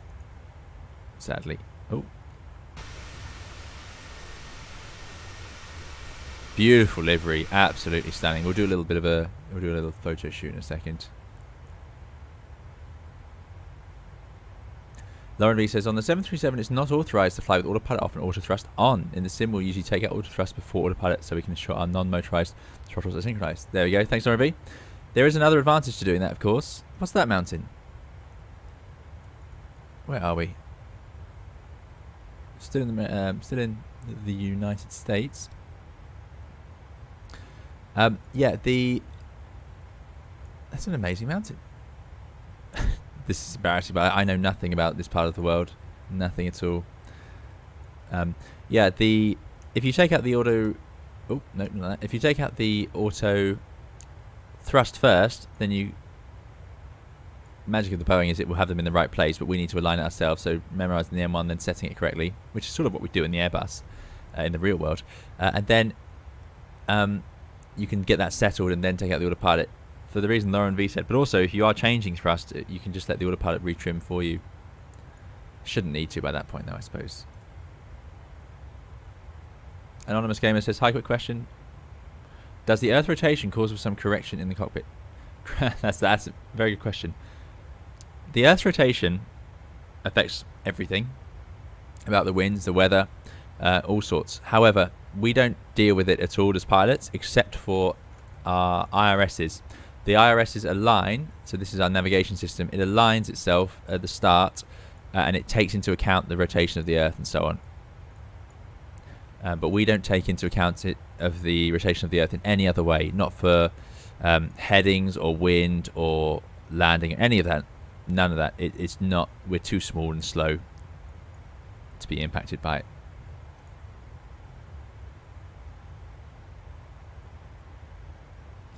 All About Plains Island says hi. Hello to you. Bernard says, I just watched the bench test of the i9 13900. It's only 5% faster than the i9 12900. There you go. Fair enough. Four Prawns. Good to see you. Four Prawns, very kindly. Thank you very much for your donation. It really, really very kind. Thank you for supporting the channel. I really appreciate it. And Four Prawns says, do you have VR? PMDG in VR is amazing. I have not tried the PMDG in VR. I have the Oculus Rift S. But I have not tried the PMDG. I love VR. I absolutely love it. I'm a huge fan. How do I turn on flight directors? There we go. Must have pressed the wrong button. Strange feature of the 7.3. You can't do that in the Airbus. Turning on flight directors doesn't work in the same way. They're not really optional in the same way. But yeah, I'm a big fan of VR. But again, time issues mean that I often end up making videos or streams instead. Bernard says the new Intel processor draws 350 watts. So if you have that and the new NVIDIA graphics cards, I guess you're gonna. Can I help you? Yeah. First officer complaining again. One of the most complaining evenings she's had.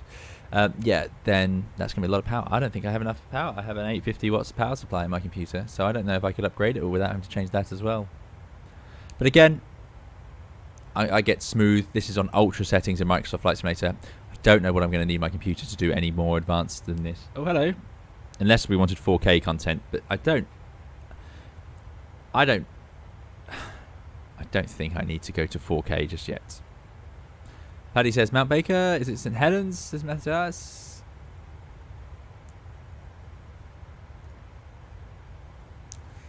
Liberty is great, says Gabriel. Yeah, Paddy made this. Thank you very much, Paddy. Mount Shasta, says Lauren V. We got lots of answers here then. There you go. All About Plains Island says there. Lauren is right. Michael says, careful if you decide to get the K series 13th gen, especially the i9. Looks superb, but power hungry as it's a high-end GPU, putting 270 watts, mainly a new power supply. Yeah, that's going to get difficult. Probably a new cooling solution. I only have a 240mm integrated cooler. 2 fans from Corsair. The thing with computers is a bit like fish tanks. I don't know if I want to fiddle with it now. 350 watts from Linus. That's incredible. Right, let's jump outside and have a look at the view. Getting a bit bumpy.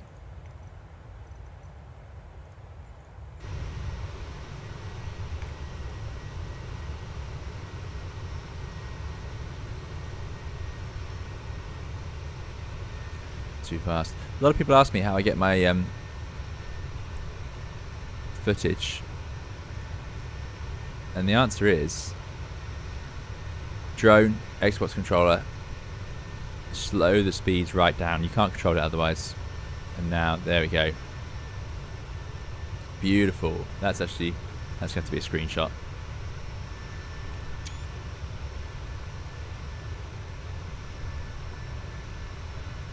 Brandon says, it's a shame the developers of the Leonardo MD-80 seem to have abandoned the project with no updates basically since release. Ah, that is a shame. I need to fly that aircraft again. Mount Shasta. There we go.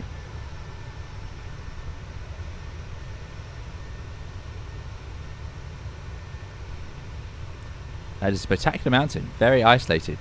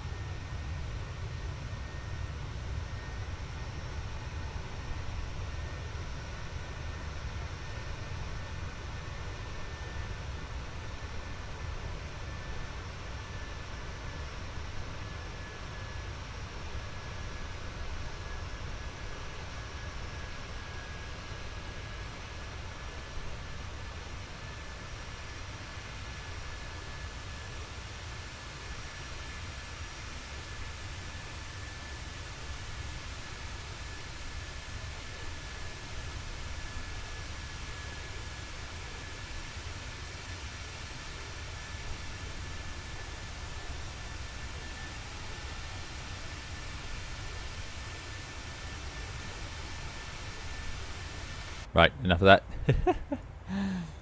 Thank you for your patience letting me do that.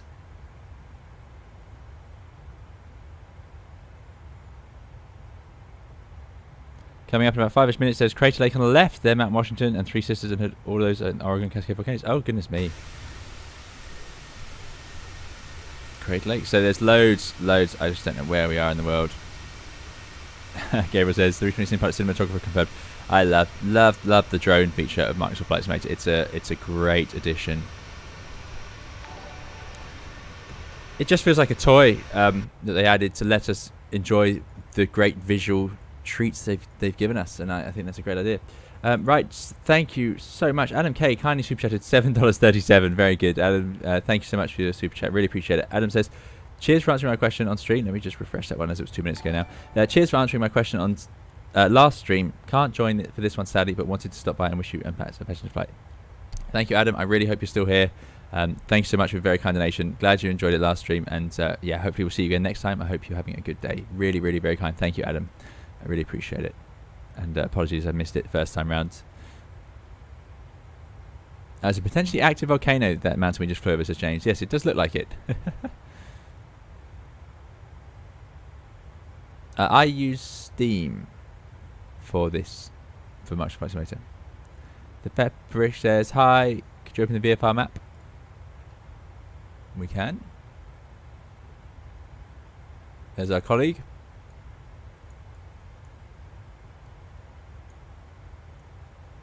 KSIY, we're just passing. Colas Monot says, do you display airports like that in real life? Yeah, I do on the Airbus. The Airbus doesn't seem to show quite as many. It shrinks them down. It would say not all data displayed.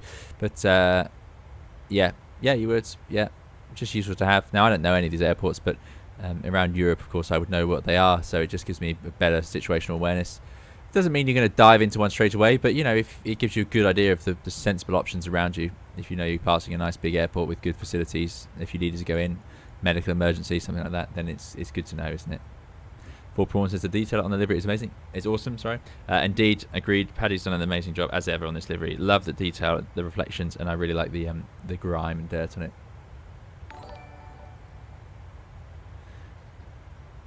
Boarding Time has super chatted very kindly, 27 Swedish krona. Thanks so much. Boarding Time says, I'm paying you to sing Come Fly With Me by Frank Sinatra. Thanks so much, Boarding Time. Really, really appreciate it. Now, I don't know if I want to turn this into a...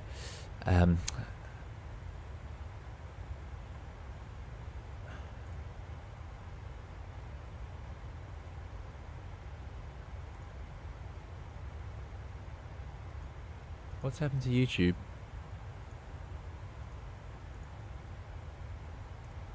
Are we still here on Twitch?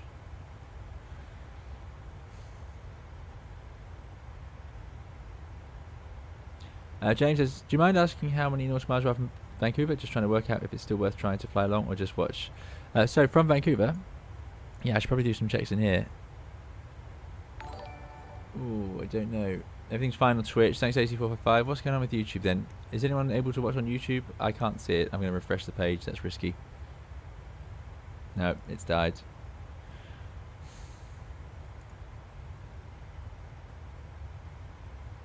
Oh no, we're back. YouTube's fine. Okay, that was my my system page then being a mess. Okay, great. Thanks, Dougal. Thanks, James. Thanks, Bernard. Thanks, JMF. Thanks to Piprick. Good. Right. Yeah, I'm paying you to think about me. Bye, Frankie. So, thanks so much, Boarding Time, for the 27 sec. Now. I don't think I'm going to be able to complete that request. I don't want to start turning this into a taking requests stream. So I do apologise. Come Fly With Me. Excellent song. Most people of my generation will know it from the old TV series Airline, which I, of course, religiously watched. Back in the day when it was on, and it had the theme tune was "Come Fly With Me" by Frank Sinatra.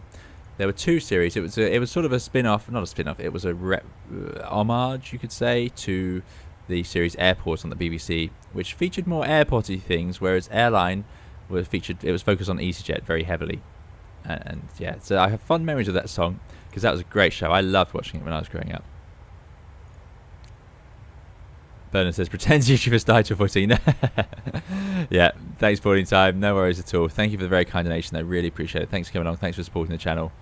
And yeah, it's it's a great song.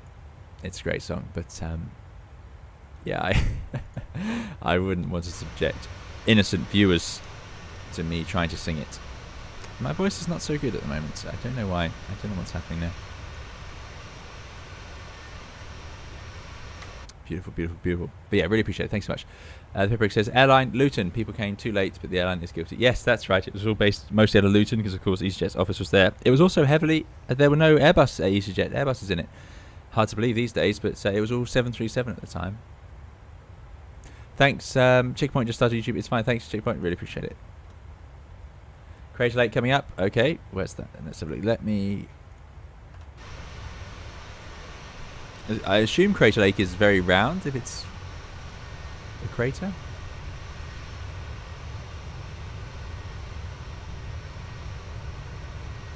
More spectacular mountains.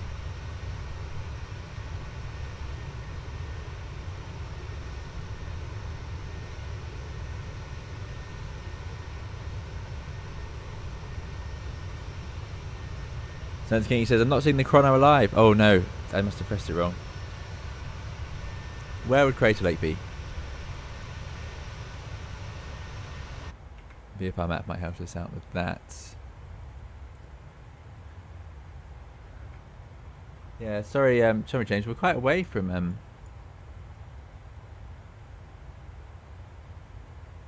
we're 300 miles away from PAE, so we're quite away from Vancouver. Let me put in an arrival. 26 right.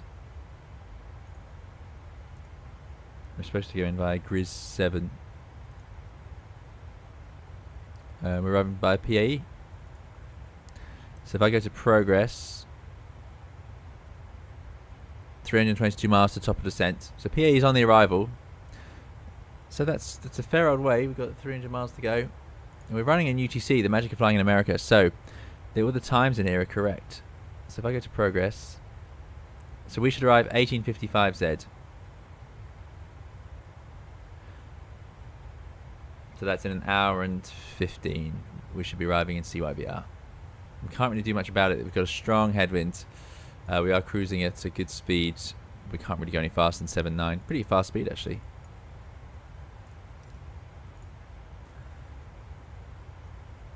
James says, do you mind if I ask how many nautical miles are off Vancouver? Sorry, I've just done that one. JMF would like me to go through the Boeing autopilot. Sorry, I'm way behind on the chat, so I'm actually going to have to jump to the... I might have to jump to the bottom, but let me just check through. KLMT is Klamath Falls. Right. Crater Lake is under clouds, says James. Okay, thanks, James. Pamela Play says, I've been using your tutorials. Thanks for them. You're very welcome. Thanks so much. 1 o'clock up ahead. Okay, so... Ah, that looks like a Crater Lake. Wow, that is cool. Nicely represented as ever. The magic of Microsoft Flight Simulator. We get to actually enjoy the scenery as well as the airplane. PAE Painfield, says James. Maybe it is. Boarding Time's very kind. Boarding Time says, your speaking voice is amazing. Made for stadiums. Really appreciate it. Thank you very much, Boarding Time. Glad you enjoyed it. Very kind. Bernard says, the Navigraph topographic map is quite good. Better than the Flight Simulator VFR. Well, actually, we can clear out the clipboard and close that. How do I get the topographic map?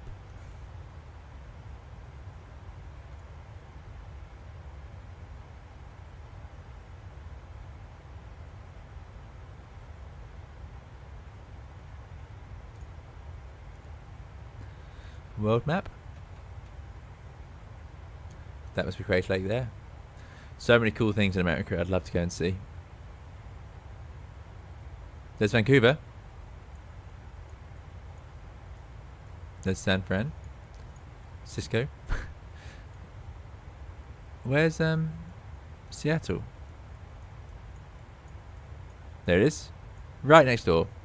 So we go over Everett Field and arrive much closer than I had in my head.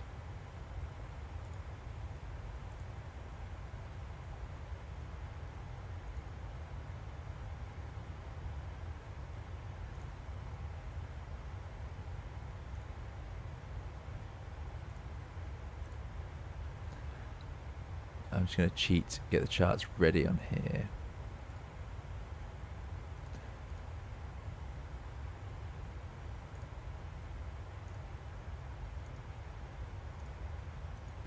Good. Good. Right. Let's go look at Crater Lake from the outside. Oh, some serious turbulence again. Ah, you can overlay the approach plate. Thanks, Bernard. Martin T says, cool to see you in the USA and Canada. Yeah, we do it every now and then. I do enjoy it. Wow. Awesome. That is cool. Thank you for pointing out, everyone. That's well worth seeing. Again, what a treat that we get.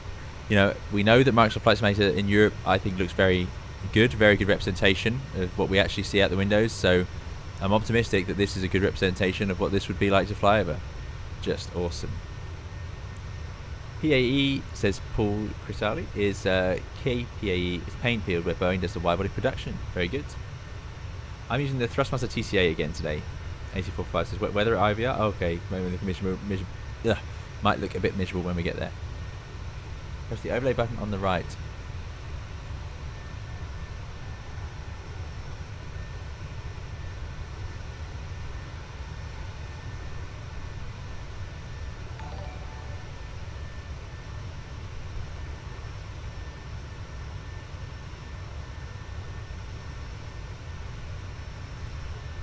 Still not managing that.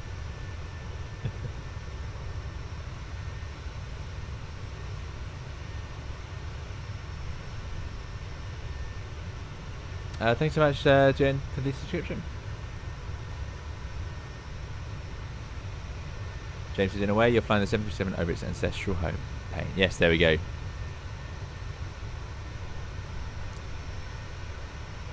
Nine Tango says, have been to Crater Lake in real life. It's great. That's cool. I'd love to go there. Look at that. Can you hire a boat or maybe do a little bit of a little sail over it?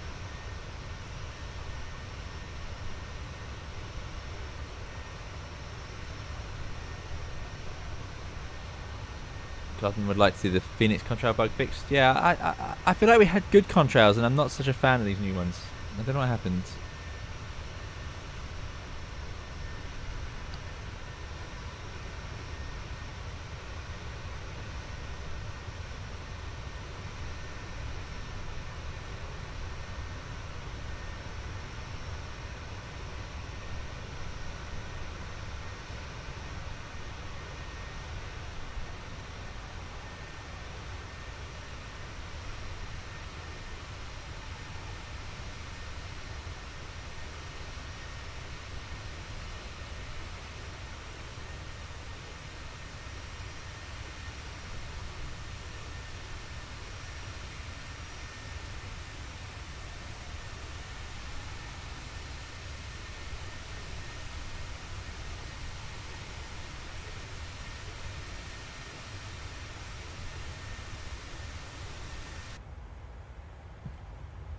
National Parks, 9 Tango. Very good. Gabriel says, I always thought the 737 was more intuitive. How interesting. I find the A320 more intuitive. Although, it's a good point. I wouldn't necessarily say the Airbus is more intuitive. It is when you know it, but it's more complicated in other ways, which is what puts people off it, I think. Whereas a Boeing, I don't think this is intuitive at all. This VNAV, LNAV intervention, that I find quite unintuitive. But, you know, fuel pumps on, off, you know, it all sort of makes sense. Whereas the Airbus is full of auto and this and that and transfers and things. Whereas there's less of that in the 737. So I can see how this would be comforting in some ways when you're trying to learn them. This, you know, it's more like other aeroplanes, I suppose. Howdy to you, we're Xan. Good to see you. Hope you're doing very well. Thanks for joining us.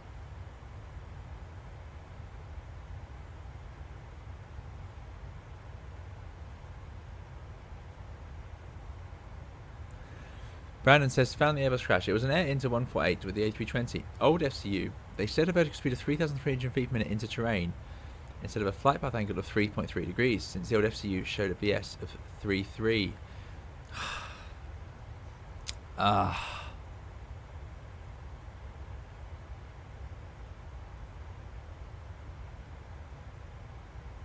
Yeah.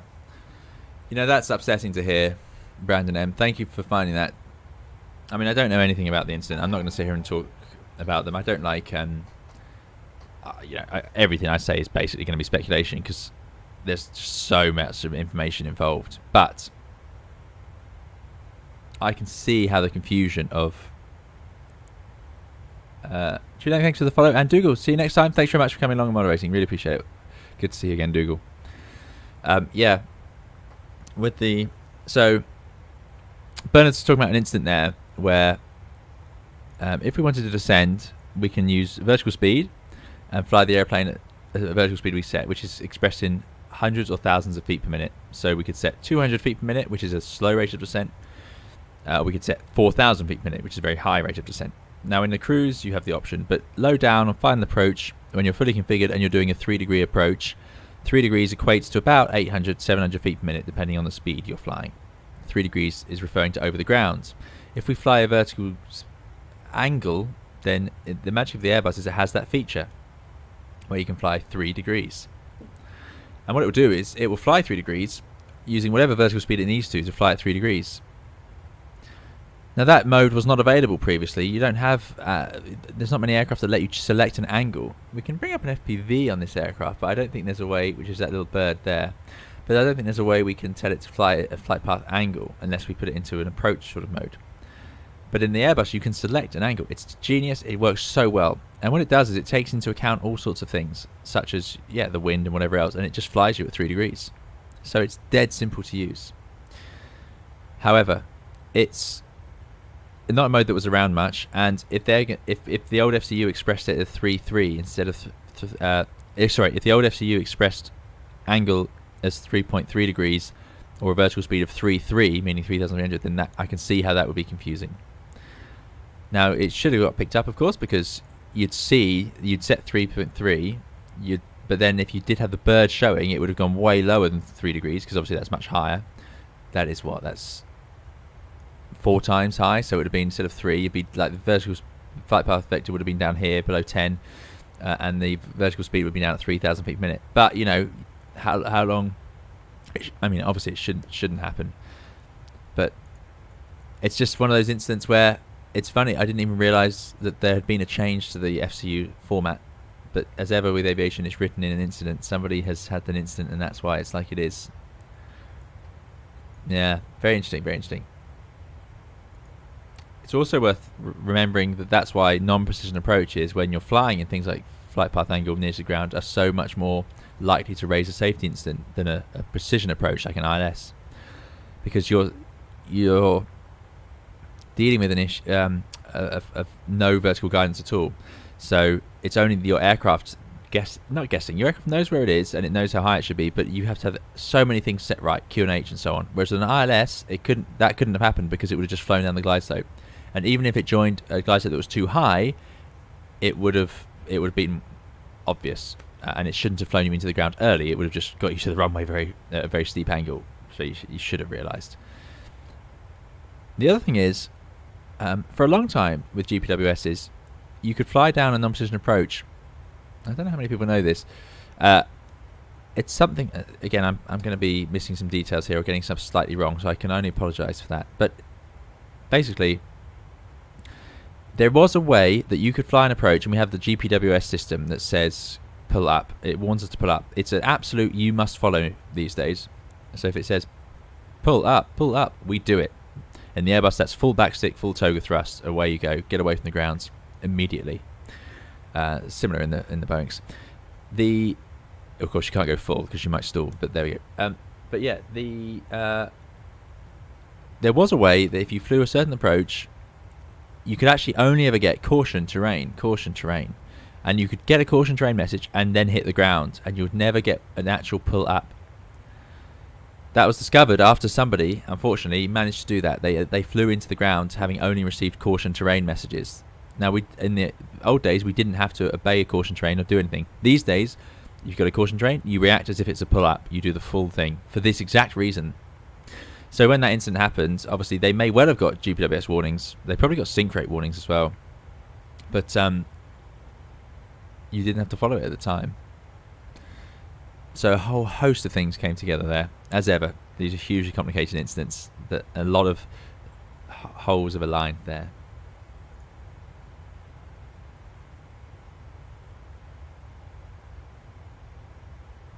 Bernard says, to be fair, the vertical speed versus flight angle system is a little bit clunky on the principle that it's asking for trouble to use the same knob for two different things. Fair enough, Bernard, yep.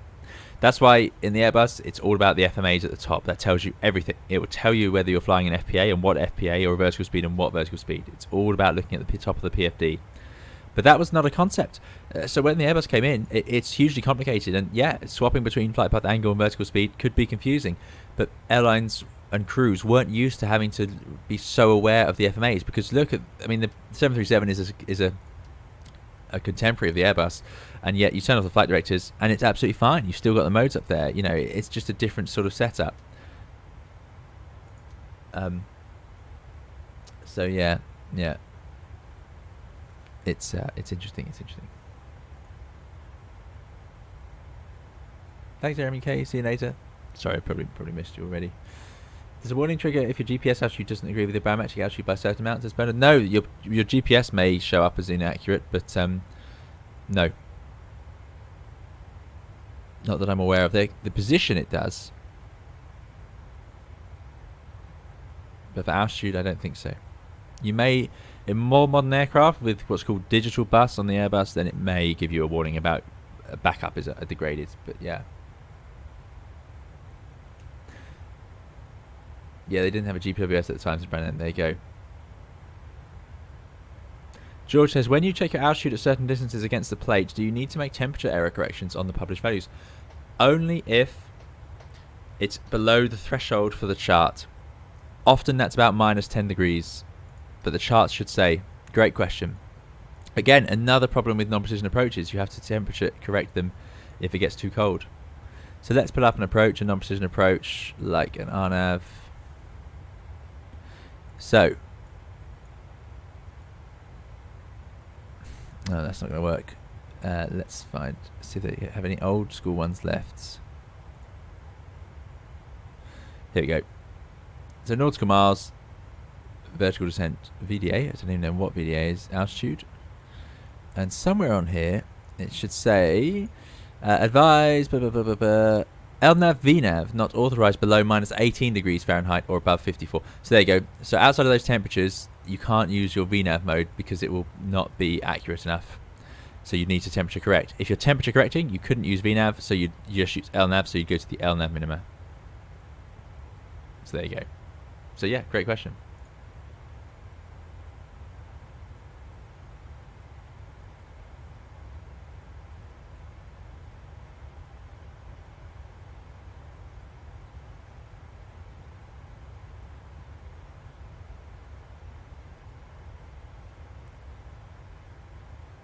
And he says, hi, I assume that's 320 SimPilot. I always follow you. I learn a lot from you. I love the finish. Thank you very much, Andy. But if you are referring to 350 SimPilot, then I apologise for stealing the credit. 80 Derek would like to talk about anti-ice, when to use it during descent. I don't know about the 7.3. In the Airbus, we use it in the descent for the engines if there's any visible moisture for the whole descent, unless the temperature is above +10 on the total air temperature. Where's the temperature here? Total air temperature -28 at the moment. I'm imagining it's similar on the 7.3, similar sort of shape and size, but I'm not sure.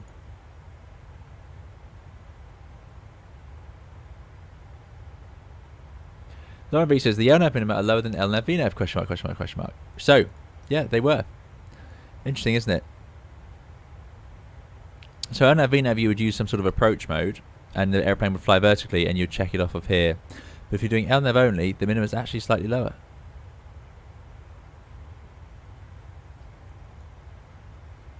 I could only guess at the reason, so I'm not going to right now. It's not always like that. I have been told a reason before, and I'm trying to remember what it was that this could happen.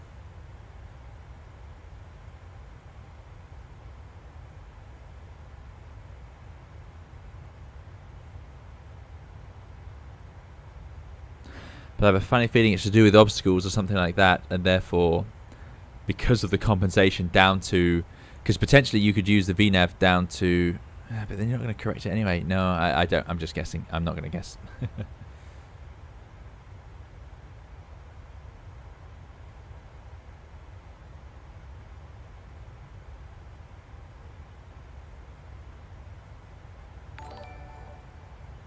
Bernard says, interesting that be one way to sanity check gross errors and barometric pressure. Yeah, that would do gross errors, although GPS is not super accurate for flying because of the curvature of the we were talking about curvature of the Earth earlier, because the shape of the Earth is not perfectly spherical and things like that.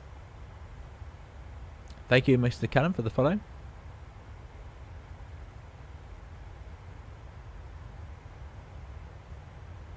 Aha, 9 Tango has the answer for us.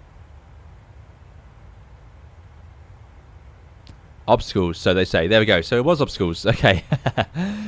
I'm thankfully guessed right to some extent. Lauren B says, I've seen LNAV be lower to RMP for certain RF approaches and such. Yeah, it's a mystical world when you start diving into the certification for minima. It is a very theoretical world that a lot of us would not enjoy. But thankfully some people do, and they do it and keep us all safe.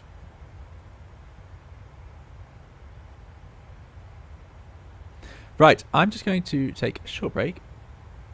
So we'll leave you with the music, and we're back very soon. We'll begin our descent and landing. Why does the drone do that? That's the question, eh? Let's hope the engines keep running this time. Looks pretty turbulent. Fortunately, we forgot the seatbelts, so they're still on.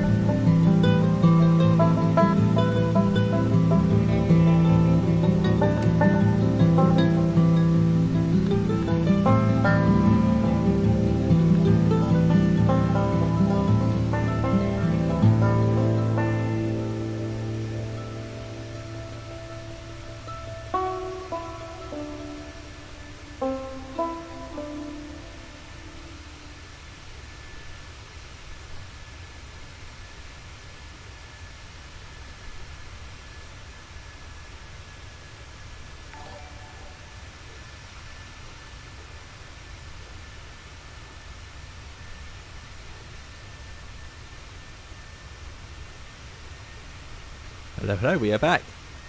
Thank you all for your patience. We're going to get ready now. Let's set up the descent and arrival into Vancouver. And yeah, we'll get going.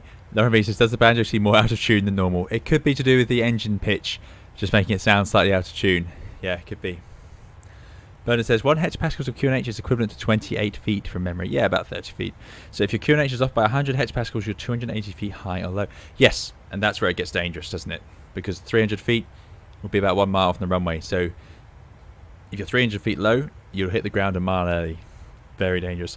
The most common missetting of the QNH, by the way, is 10 hectopascals. And sorry, yeah, 10 hectopascals would of course be 280 feet. Yeah, just 10. So instead of 1013, accidentally setting 1003 or 1023. Ty Ports, thanks for the follow.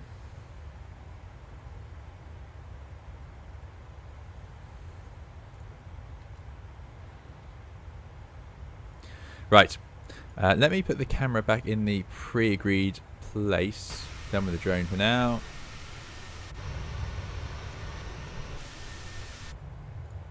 Pre-agreed engine. Go with that engine view for now, shall we? Good scenery. Okay. Right, charts then. So,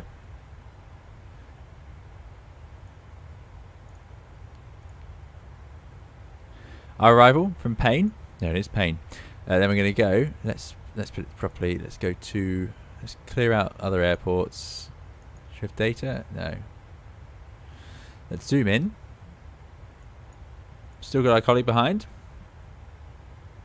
Kemi says, do you play Overwatch? The funny thing is I used to, but I stopped a few years ago. I didn't enjoy playing competitively, and I played a lot of sort of just free practice. But yeah, I found my mood was negatively affected by trying to play competitively. And I say competitively, I mean like ranked, not obviously, not actually competitive. There's no way. But yes, good. So let's go to plan. Good. So from Payne, I'm going to start descent just before. Then how do I do this? Legs. Step. There we go. Then Bezov, yeah, which is the holding point. Egret at 250 knots, 10,000 feet to 12,000 feet. We've got, yeah. Govav of bin. 8,000 below 10 at Ovbin. That's unusual. Above 8 at Govav, but below 10 by Ovbin. Don't often see it formatted like that. And then it's going to head off downwind for the infinite, which is what this arrow. It's a vector. And the other is you'd then be taken from there in. Payne is where heavy Boeings are built. There we go. Excellent. So we are going right over. And then back in for the RS. So 3,000 feet, 210 knots. So that's all in. If I go to data, I think it would tell us. Oh no, it gives us the times. Does it show us constraints or? Not showing us much.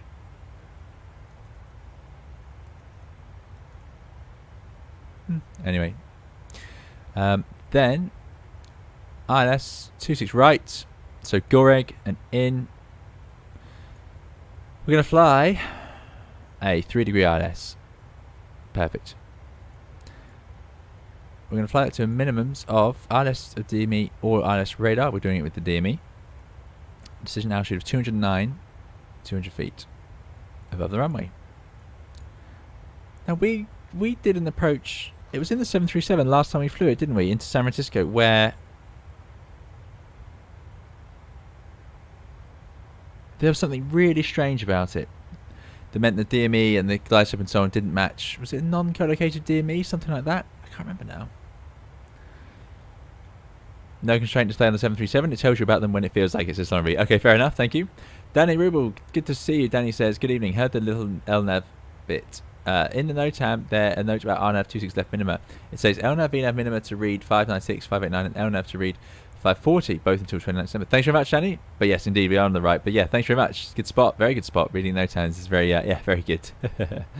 AC455 says, Payne would be a great effort to divert to if you had a mechanical fault. Indeed it would. Yeah, someone can come out and fix it.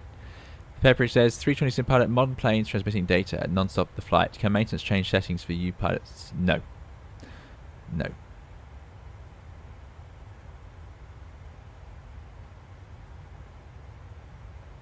Very Hitchhiker's Guide to the Music-esque music, says Andy. Yes, it's It's available from YouTube. I do know the name of the artist and I've forgotten it. That's terrible, but it's license-free music. But I do like it a lot. Yeah, does anyone remember what happened when we non-collocated DME is common in the US? Note it shows DME 0.02 at the threshold. So 0.02, no problem. I would count that as located. But yeah, it's true. It is slightly off. Not very rare in Europe. Germany used to have a lot of it, but they've fixed it. Was that what happened to us in San Francisco? We did something strange. Anyway, it's about learning from mistakes. Can I remember them? So that's the plan. 3 degree ILS, 209 minimum. That's what I'm trying to do. I knew I'm trying to do something good. So we're not going radio. We're going baro. We twist it. 209. 209. That's the minimums. So someone asked earlier, how do you set it? You just use these. So you can set radio or baro. So we're going baro 209. You can also set the QNH locally if you know what it is.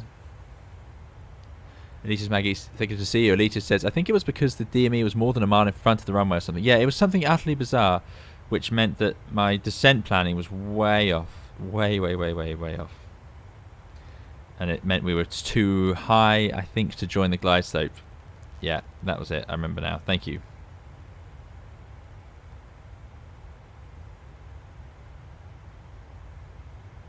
So something cool you can do. You can do what's called backsetting on the Airbus and set the QNH in advance, but it's not. I don't like doing it personally. Now, the altimeter in Vancouver. Oh, it's horrible. 6 statute miles visibility, light rain, mist, view 46. So yeah, 9 degrees. Altimeter 2985. So now I can actually just set that 2985, and it will just sit underneath, and I can see it and update it as we go. The Airbus, you can't do that. If you backset it, it's not an official thing. So what you're doing by backsetting is you're quite literally you're setting the QNH, then putting it back, and it just happens to remember it. However, you can't see it. You can't update it as you go. If it changes in the meantime, it's just distracting. So not often, but I have seen people think that they've correctly backset it. Then when it comes time to actually set it, they just press the button and think it's correct, and it isn't. So, yeah. Because you're more rigorous setting it later on than you are setting it sat in the cruise. Even though there's more time now, people tend to be more rigorous doing it later on than in the cruise or while briefing. That's just my observation, though. That's not official. Normal morning in the Pacific Northwest, sounds like, says Lauren V. Yes. I do watch Frasier, excellent TV show set in Seattle, and that does often talk about the expected amount of rain that you get living there. And they often show it raining in the show, which is great. Not often in TV shows do that. Auto brake, let's finish up the brief. So, yeah, that's the approach. Terrain off to the north, MSF 7000 if we get lost. Otherwise, we'll just fly the go around. Straight ahead, 294, and then intercept the 261 to Dutno, which is in there. 3,000 feet is our altitude to do that. It's safe over the water. So it's effectively straight ahead for the go around, takes us over water. Don't turn right and go into the mountains.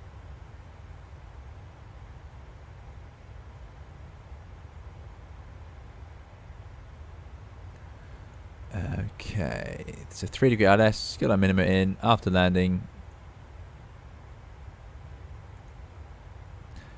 26 right, high speed to the left. It was 26 right, wasn't it? Yes, 26 right, high speed to the left. Coming around, park somewhere on the main terminal. No problem. It's anywhere we fancy, I suppose. Great. So yeah, long runway. It's how long is the runway? 3,000 meters. Not the longest ever, but yeah, I think auto brake 2 should be reasonable. We'll probably use quite a lot of the runway like that, but there we go. Nice slow deceleration. I'm a big fan of that for passengers. So we've got the QNH, got minimums, we've got high MSA 7,000 feet, but we know we have a plan to get beneath that. It's got a vertical profile built in, so we're just going to let the aircraft fly that. In terms of configuring, we are going to join base leg, so let's set some points, as we're probably not going to fly this with radar vectors. I don't think there's any controller. Oh, there is, Sivo. There's a tower and an ATIS. Well, base leg, flap 1, reducing to flap 5, getting back to below 200 knots. By Goreg, flap 5, 200 knots, ideally. Could be a bit faster if we need to be. And then I want to be down the slope, no faster than flap 5, 180. And then probably dropping gear and flap from there, from 3,000 feet. We've got plenty of fuel to do that. Currently sitting with 4.2 tons. We don't need too much to divert, 1.9. So this is looking good. Progress page should tell us that we are planning to arrive with 4.3. So that is all Well, that's not right, is it? That's current fuel quantity. What am I talking about? CYVR 3.3. Yes, there we go. So we've got extra fuel in hand. Excellent. So any sort of holding it, we could easily do a go around and try again because we did take enough to do that. Gear down. So the approach profile, we're going to join the ILS, flap 5, then we'll go gear down, then flap 15, and then we'll go to our landing flap. So we need to set that up in here. So it's got the ILS 1195263. So let's tune that.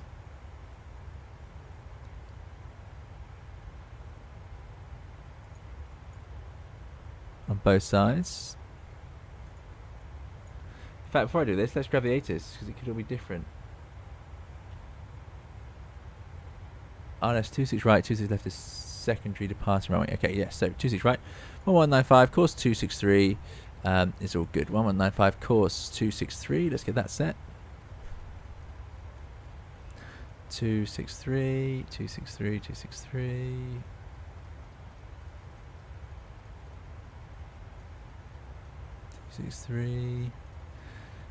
Good. So we do have to set that. I'm glad I remembered that. That's highly likely to forget.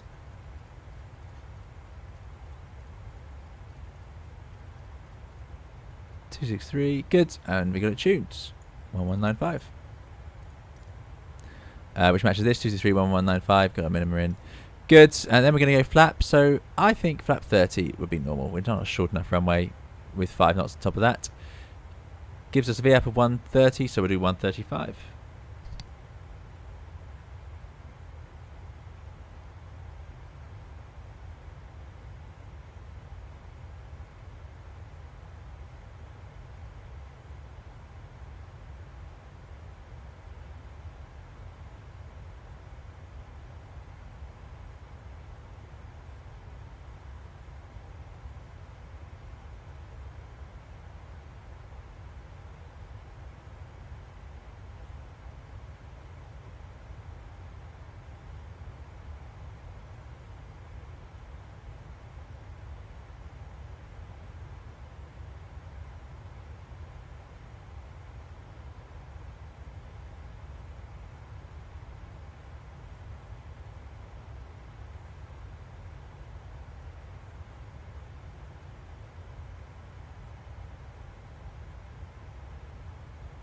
Apologies, everyone. I'm back. Just had to sort something out. So, yeah, so we got a plan. Got a top descent coming up. Still 80 miles away. Still a bit of a way to go. Got the arrival. Yeah, we're talking about the approach. So, yeah, gear down, flap 15. Then we'll go to flap 30. Then we'll get stabilized, take out the auto thrust, then take out the autopilot, land the aircraft. Flight data sim seems to encourage a way similar to the A320, which is flare, idle, and then hold. Just keep the aircraft in the right pitch attitude and let it settle on the runway. If it doesn't, go around. If we do go around, I'll just be pushing these forward. At some point pressing that to get toga. If not, just pushing them forward to toga thrust on here. And putting the flaps from wherever they are to 15. Should be probably 30 to 15. Positive climb, gear up. And then we'll get it into L now to fly that go around. Good stuff. Dear me will be shown here. That makes sense. At some point we'll put these in continuous. Passengers can have 2 minutes to walk around now. I deem it allowable.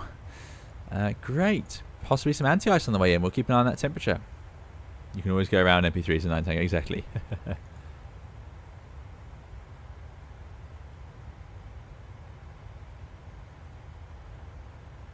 Hayden says 320 sim pilot is back.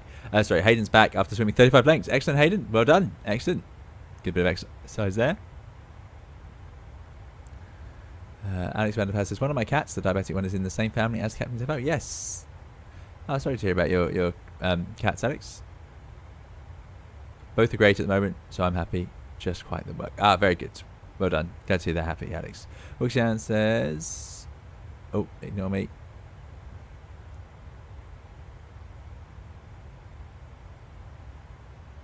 Alex is having a hard time looking after all the cats, but yeah, well done. Good for you, Alex, on getting them better. And as long as they're happy, that's what we can do. Hopefully the bladder infection will at least go away. Because Alex has been... Oh, there you go. I'm reading backwards up the chat. Sorry, Alex. Alex is explaining why they're late. So yeah, glad you're here. I hope your cats feel better soon. Or your cat that can feel better soon. So, Amon says, do you reset your QNH to standard pressure before putting the knob in the A320? I find just putting the knob to standard after transout causes the manager sensor to lurch when descending past transout.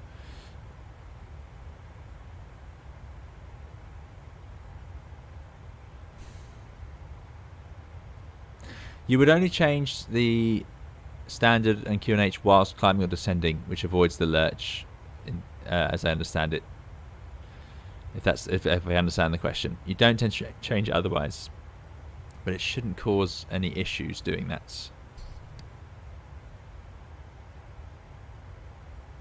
So as soon as you're cleared to a flight level, let's say you're climbing, then you could set it then. You don't need to wait for the transition altitude. Just do it straight away.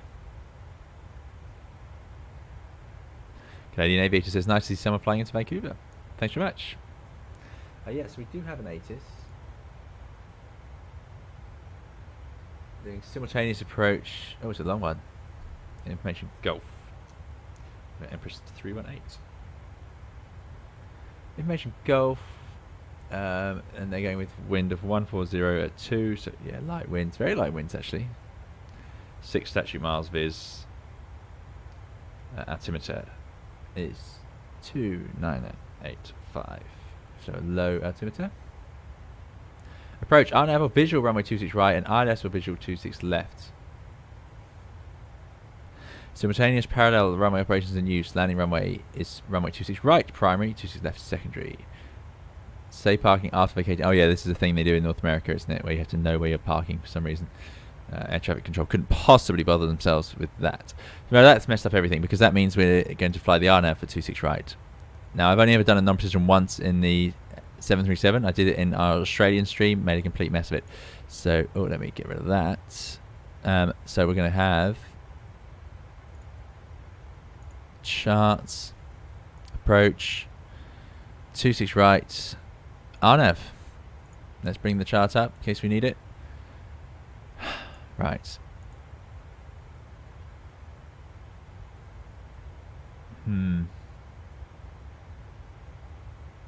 Lauren V says, it's a long one, talking about the ATIS. You clearly have not seen one of my ATISs when they're doing works at TTW. No, I was impressed with the... well, yeah, this is a pretty long ATIS, but yeah. The Digital Horizon says, just dropping by to say hello to 320 Sim Pilot, sub to the channel, love the content. You've got great tone of voice for narrating, keep the boost up. Thanks so much, The Digital Horizon, really appreciate it. Thanks for joining us, thanks for saying so.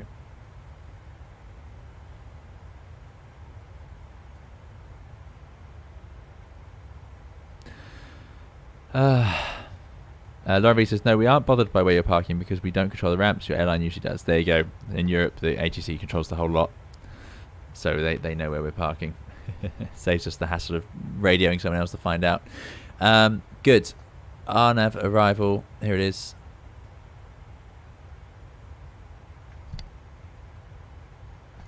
So, you're going to have to really help me with this. So I'm going to put it in because it's what the expected one, and I'd rather have this one ready.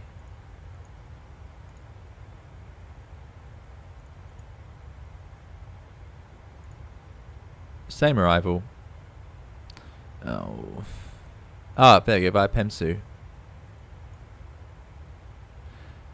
No, I think I'm going to leave it as Goreg. I go to plan when it show me. Oh no, Pemsu's in there, so we'll do select Pemsu. There we go. So now at least it's connected. It says. Well, why is it still got that vector in? So I suppose I'm going to clear that out. I don't think we'll do that. So I can regret that later. We'll just... Why is that invalid? What we'll do in this situation is if we get to Pemsu, then I'm just going to... Yeah, let's do that. So that connects it. And then what we'll do is pull heading it before Pemsu if we... Or say pull heading. We'll select heading mode and carry on that heading if we don't get the turn in. But this way we have a nice accurate prediction in the box, as it were. Thanks, Matthias. Yeah, sorry. Must have been painful watching me do that. So yeah, we've managed that. So that's the arrival. Changes from here. Let's see. It's still a 3-degree slope. We've got our altitudes to check on the way down. It's going down from Zovgo. And there you go. GPA VDA 3030. This is getting glide path angle, I assume that. No, I don't know what that's talking about. I don't know what CH80687 is. This is a whole new world to me. Slightly different go around, slight right turn, that's absolutely fine. DME is based on the ILS DME by the looks of things. Oh no, nautical miles to the runway. No, so it's based on distance to the runway, which I'm going to hope is displayed clearly somewhere on the screen. So should I deselect the ILS? Is that going to confuse things if I have it tuned on the navs? Would it be better without it? I don't know. I don't know. CH80867 is the WASP channel. Yeah, so I wouldn't even know how to set the WASP channel or what that means. Press the overlay button for that graph. It's neat. Ah, I see. Somewhere here. Ah, very clever. That is cool. Yeah. Very good. Danny Rubel says, have you ever considered the option for people to become a member? I would definitely be up for that, and I think there's a lot more people do too. I've had, this question came up a lot, and it's something I keep meaning. Well, no, I haven't been meaning to do it, but I think I'm beginning to think about it again. Especially for the winter season when we can get a bit more content out, that could be an option. So yeah, I'm thinking about it, Danny. Definitely. Right. Okay. Deselect ILS, it will complain if you have it tuned. How do I... So, do I need to select like a VOR frequency?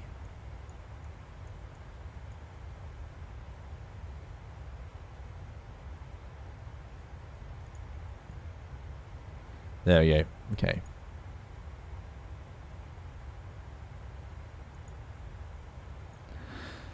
So that's detuned. Okay. So, mode. My plan is to use approach mode still. No, is it LNAV VNAV or approach mode in the 737? I'm way out of my depth now. And I remember where we went wrong last time.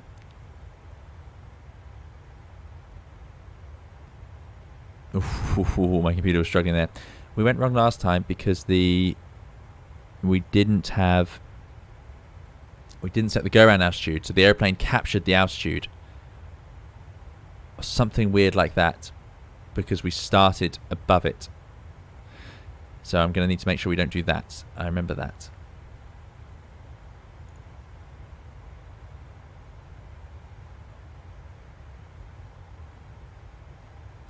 Monica says, say if my QNH is 3009, then I go to standard. When passing transat, it goes from 2991 to 3009, which causes the manager descent to change vertically abruptly to match the 3009. So I dial the 2992.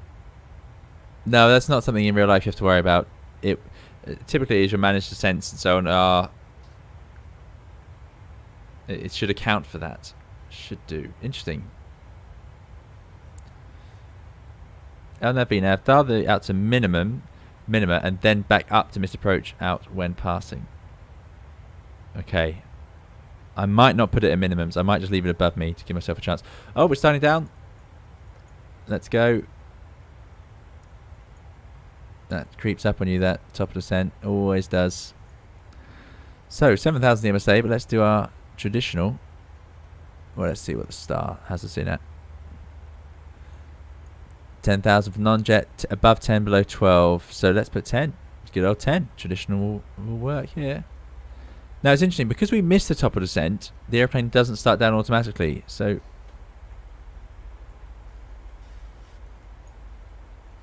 I'll just put out, int, in. Is that going to work? Seems to be doing something. I'm hoping it will follow VNAV. Why is it called out intervention?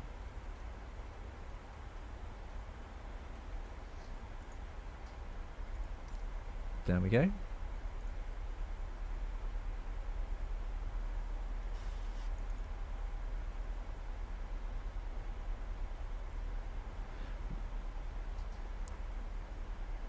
Still information gulf. So auto thrust is an arm because it should be at idle. It is. It's descending, and it's lowering the nose, so it should capture that speed. Let's get rid of that FPV. It's just distracting at the moment. Good. Down we go over paint. It's just beautiful. It is great fun having all these aircraft in Microsoft's beautiful livery.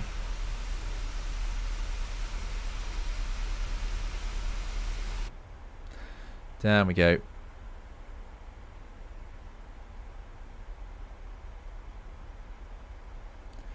Elitis Maggie says, how far are you from 100%? We are minus 10 miles. Diving down. Look at this. Excellent.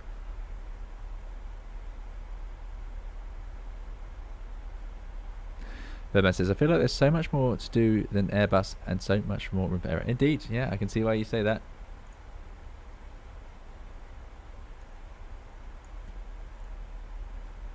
Just loading up the replay software.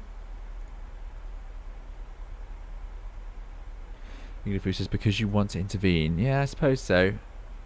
I'm not entirely convinced. Because why don't you have to press that normally then? Surely, yeah, I don't know. I'm sure open descent doesn't really make sense if you think about it. Thanks for the follow, DV68.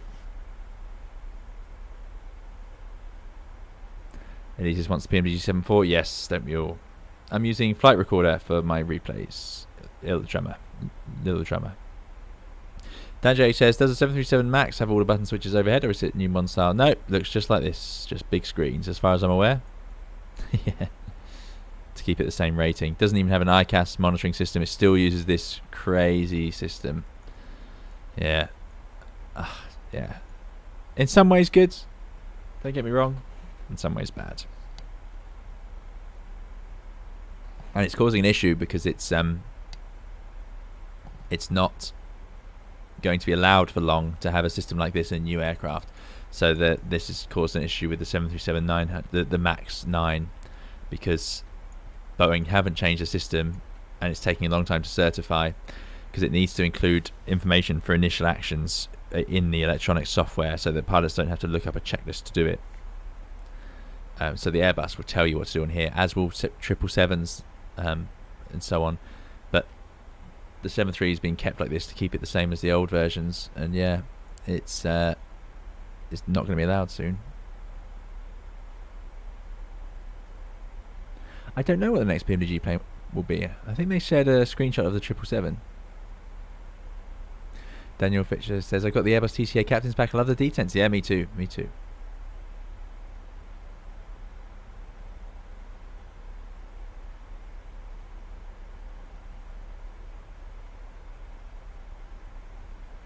Big screens and far too many buttons, says Ainsley. Indeed. Yeah.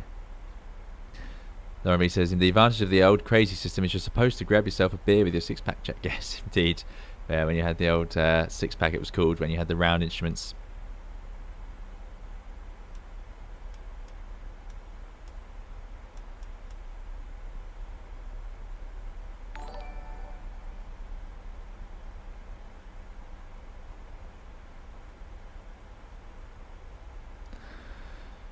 Right, how are we doing?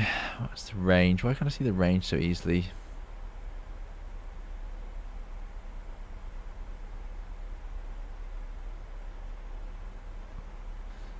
That's only 80 miles actually. So probably got 90 to the airfield, something like that. Progress page. Distance CVR. No, 80 miles. Is that including the... Is that a straight line or is that including the route?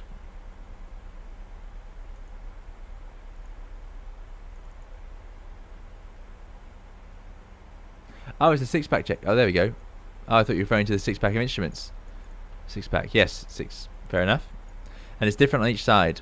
You've got different warnings. And then the idea is you get a caution. If you press that, it would bring in any cautions that are active, and then you can look on the correct panel to find it. So you press that, it says APU or elect. Let's say it says elect. And then you'd go up here, and on the elect panel, it would say like generator offline or something.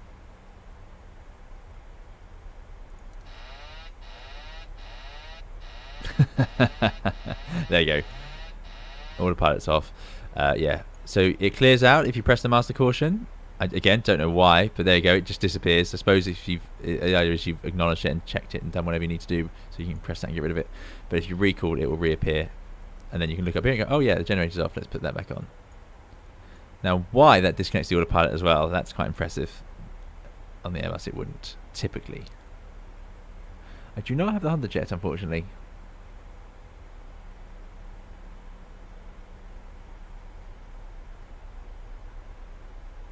Range is an airline option. Oh, there we go. So I should probably do that. Ah, I see at 40. It does say 20. But at 80. Ah, is it hidden away in there? Maybe there's too much information.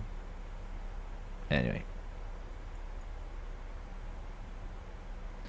Still seeing a little bit high on profile.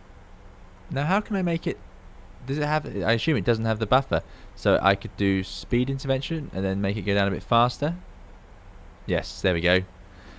The Airbus, of course, automatically allows itself to go a bit fast.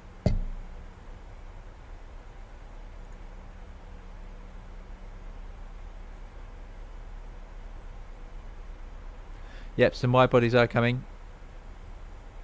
Elite says, Captain, would it disconnect autopilot if you disconnect gen number 2? Let's test it out. Oh, God, lost all the lights. But no, it kept the autopilot. But you see, the Airbus would have a whole page here telling us exactly what systems are offline and what the impacts are and our autoland and so on. And that's the sort of thing. You did go in the QRH to get that information in the 7.3. And what the new requirements are is that it's going to have some of this information displayed initially on those screens. Something like that is my understanding. Anyway, we're regaining on the speed. So how do I get out of speed intervention? Yes, look, just press it. There we go. I'm slowly starting to figure these very obvious things out. I like this dynamic level off banana. So we're going to level off at 10,000 feet. Oh, it's slowing down a bit, but yeah, around where we want it to.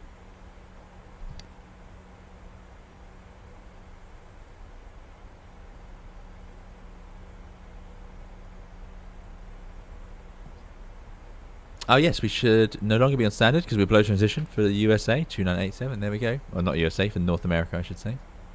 We get in trouble. It's quite dim down here, so let's turn down the screens a bit.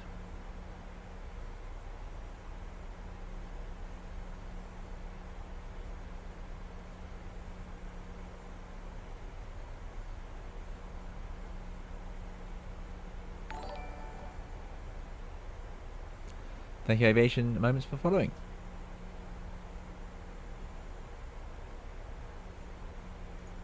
Right, through the clouds.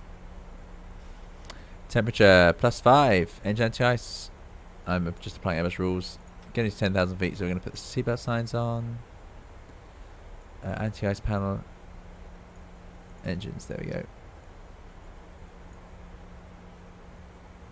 I suppose we haven't heard from ATC yet. There's just a tower 187, so I'm going to get that tuned up, ready to go.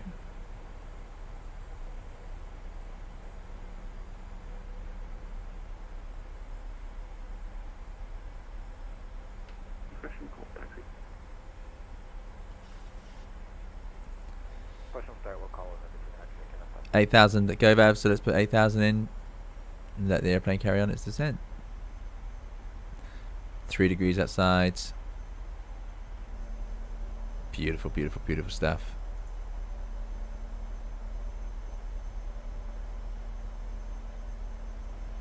The VSD. Ah, yes. I have not used it, but oh, how do I get the VSD to appear? Do I need it? Is it a PMDG option?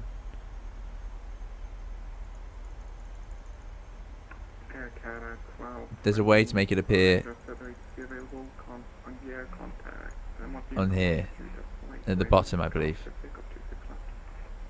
Engines to comment, anti-ice. Ah, there you go. Airbus does that automatically. Gotta be said. Gotta take credit where we can. I say credit, it's nothing to do with us really, of course. Yep. Love the sounds. James is in the clouds below us. Excellent, James. Thanks for flying along.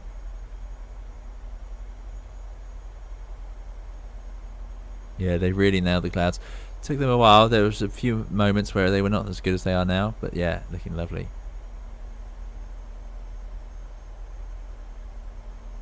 Vancouver Tower, good day, flare 249 is ILS 26 right.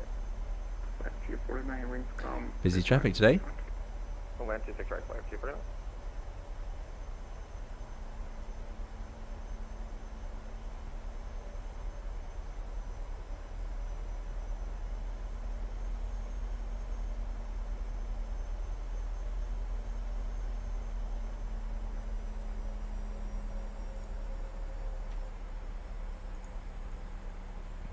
Right, 10,000 feet then.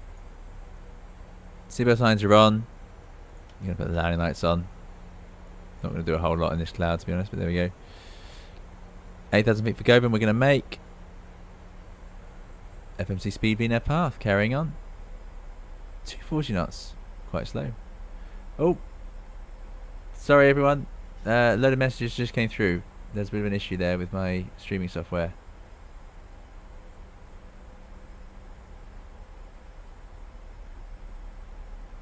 CTR. There it is. Can I get it in the ARC display? No. There it is. Excellent. Thanks everyone for that. Sorry. Yeah, the messages were delayed.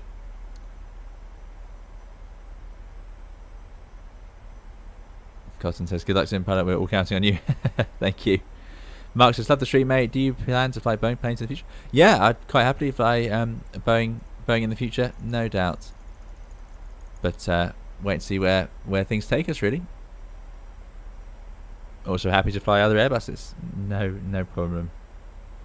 Or whatever else is out there at the time. Probably not much change in my career now. Things move slowly with airplanes, and as none are getting announced, we're waiting for the 7576 replacement, you know. So I'd like that to come soon. 8,000 feet, that's correct at Goverve. We're going to pass it just behind, and then we're going to go down to our next altitude. I'm so sorry, I'm not going to be able to pronounce that name. Picoro is the second part of the name, but thanks so much for the £5 super chat. Thanks for the content, really appreciate it. Thank you very much. Picoro, I hope I'm saying that right. And yeah, thanks so much. Glad you're enjoying the content. Thanks for coming along and being part of the channel. Appreciate it. Very kind of you. Oh, I can hear the rain. Pretty cool.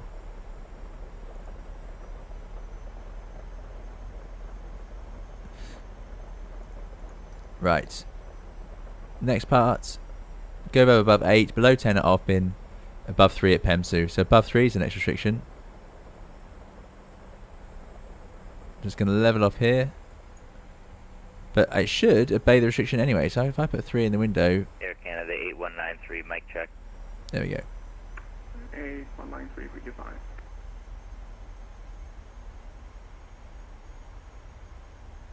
It's going to decelerate shortly. FMC speed VNF path. Should I just check in with their traffic? Yeah, A380, I'd absolutely love Psycho. Embraer, yeah, no problem. Elisa Svaggy. Red in Vancouver, shocking to them, because yeah. Piru says, flew A320 the other day, seat 1C with direct line of sight to flight deck. Of course, they did close the door later, but it was nice to follow some fairly familiar procedures just around boarding. Excellent, there you go, yeah. Yeah, you get a quite good view of the left-hand seat from those front passenger rows.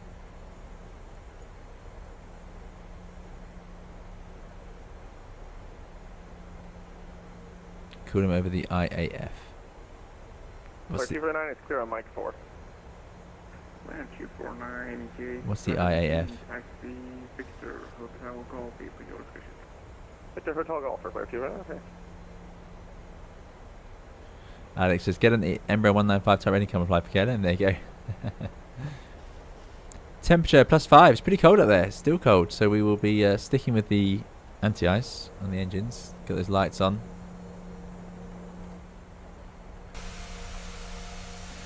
Great effects on those LEDs. They look really pretty. This is quite a modern 737-700.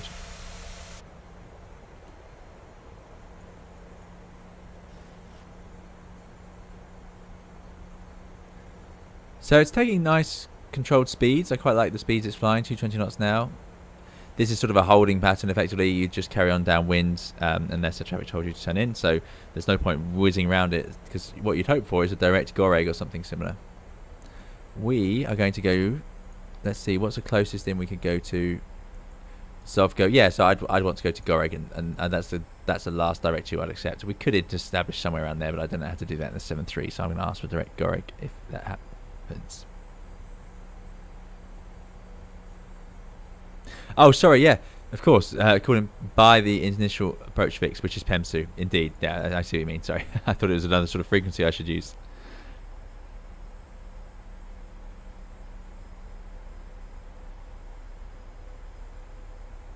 Oh, there you go. Steven says, today in Vancouver it's raining for the first time in over 6 weeks. Suffered drought conditions all summer. Yesterday you'd have enjoyed fabulous mountain views. Very good. Sadly, not today.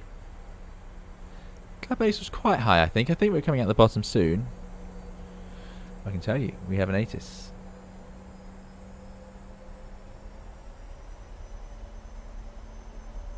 Yeah, few 4-6. So, cloud base is quite high. We should be popping out soon. Get a bit of a view.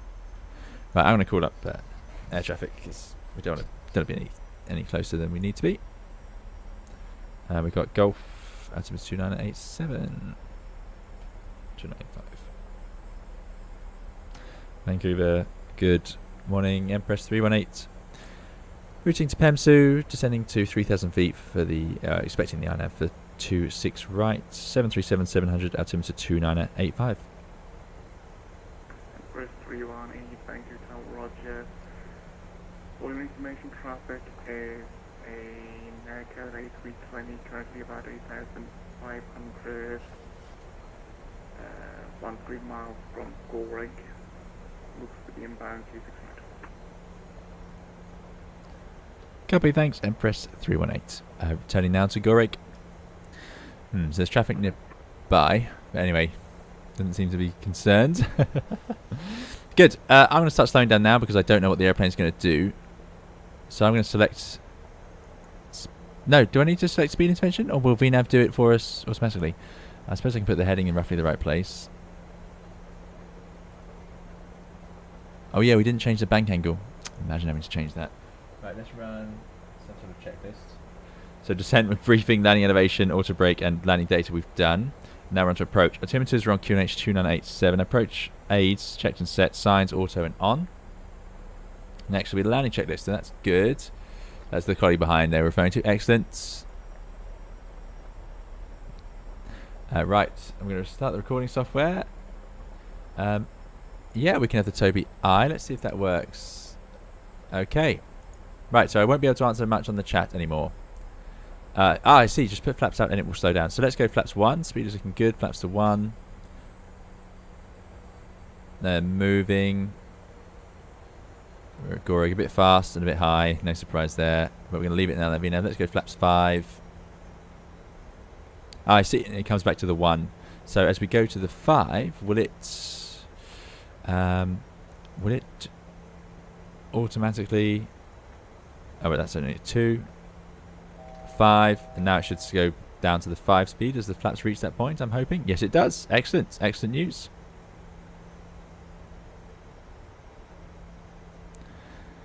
So we're leaving 3,000 in the window, but I'm hoping it will descend from 3,000 at Zovgo.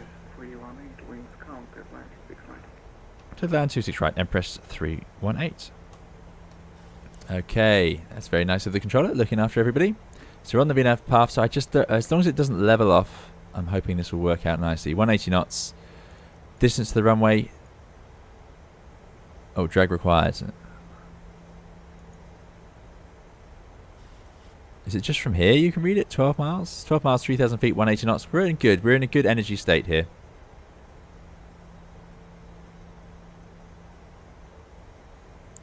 I don't think we need to do anything. No. Joining the glide slope, 160 knots, 3,000 feet. 12 miles, so that'd be about 9 miles out. We should start descent. Looks good to me. Happy with that.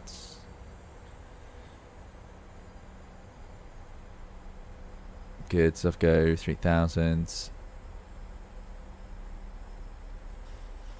that's the 5 speed. That's good. Arm approach. At least makes sense. Oh, scroll out down. Or it's gonna just right. That's the issue.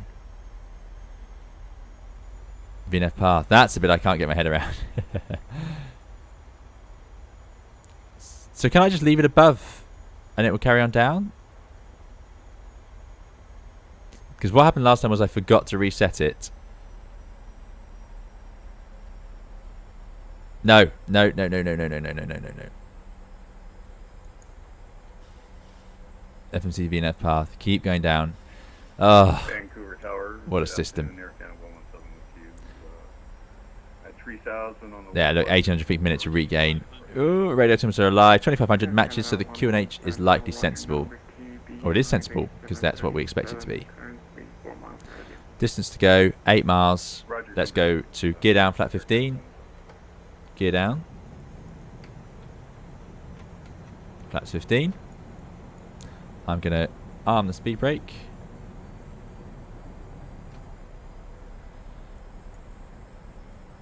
We're slowing down. We said we wanted a VAP of 135. So let's go to flaps 30.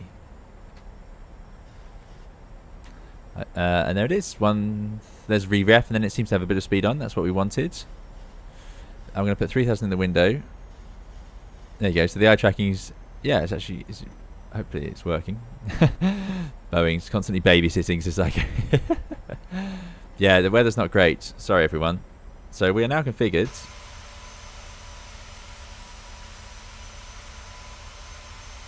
We're clear to land.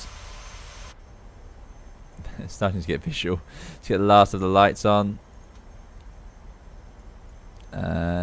Logo light can go on, I suppose. And the checklist. So cabin secure. Start switch is, oh yes, continuous. Oh, we've done that.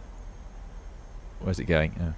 Oh. Recall checked. You just press it. Speed brake armed. We've got the green light. Landing gear down. 3 greens. Flaps 30. Green light. Landing lights on. That's the landing checks complete. We're clear to land. So, feet up on the pedals. Let's see how this works out. So first of all, let's say we're in a good place. We've got about 56% on the N1s. We've got the auto brake set. We've got the software recording. Approach we don't use in the 7.3 Elitist. I think it uses LNAV VNAV. It seems to be doing a good job so far. Now you would have your pilot monitoring check this against every altitude. So distance to go 4 miles, 1330. I mean, we're down at 3 miles, 1020 there. And if you look here, that's 3 miles. And it also says it there. Oh, I'm not sure if that's for us, but I'm going Roger, to pretend I didn't hear it. down. There we go. Right, 55%. Oh, no, don't do that. Order thrust back to 55. That's a bit fast. You don't want to fiddle with it when you've disconnected because, of course, the pitch power couple will change. So we're 5 knots fast. Setting it slightly low. Okay. 500. Autopilot off. And again, second click. Nose is rising on me straight away. 3 reds. Just going to reset the power to about 55. 300. It's done a good job. Lined us up almost like an RNS. Approaching minimums. 200. 3 reds, no problem. Don't want to do any extreme maneuvering just because of that. We are visual, of course. 100. If I don't just go, that's no problem. 50. 40. 30. 20. Okay, idling, nose up, holding it there.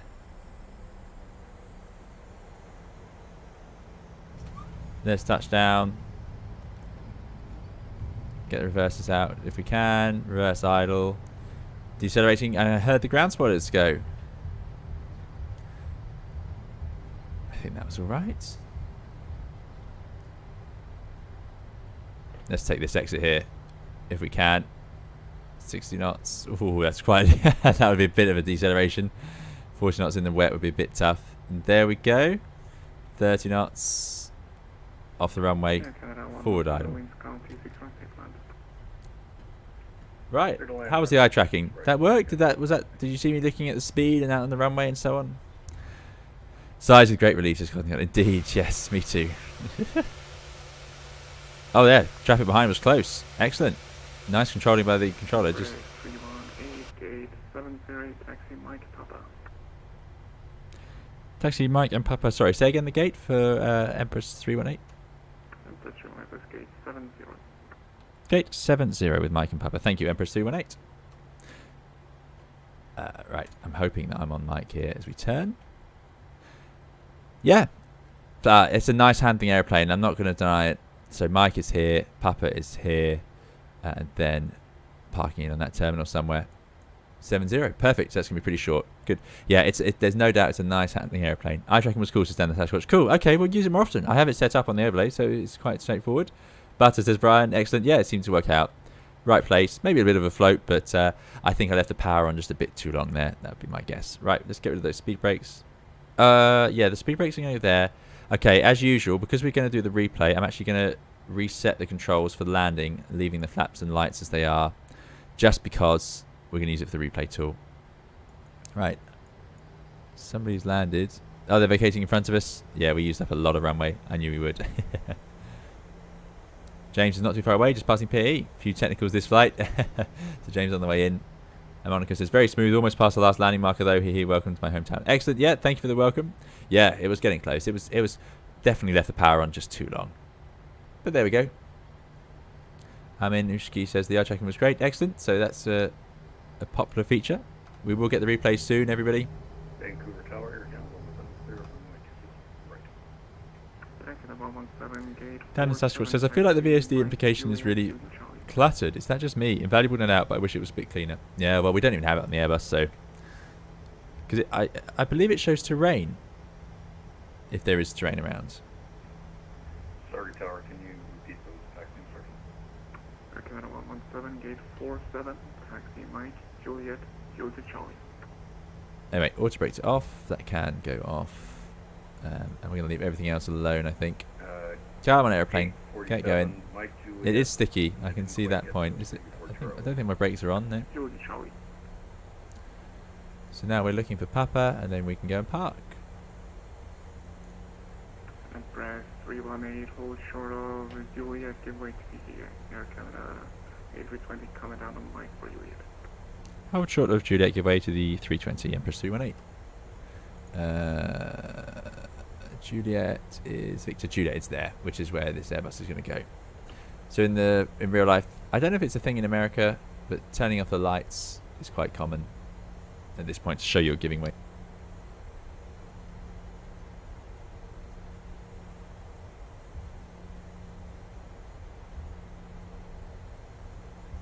So yeah, charging at someone like this with the lights on might unnerve them. But if they're vacating the runway, you typically will have to give way. Oh no, Juliet's here.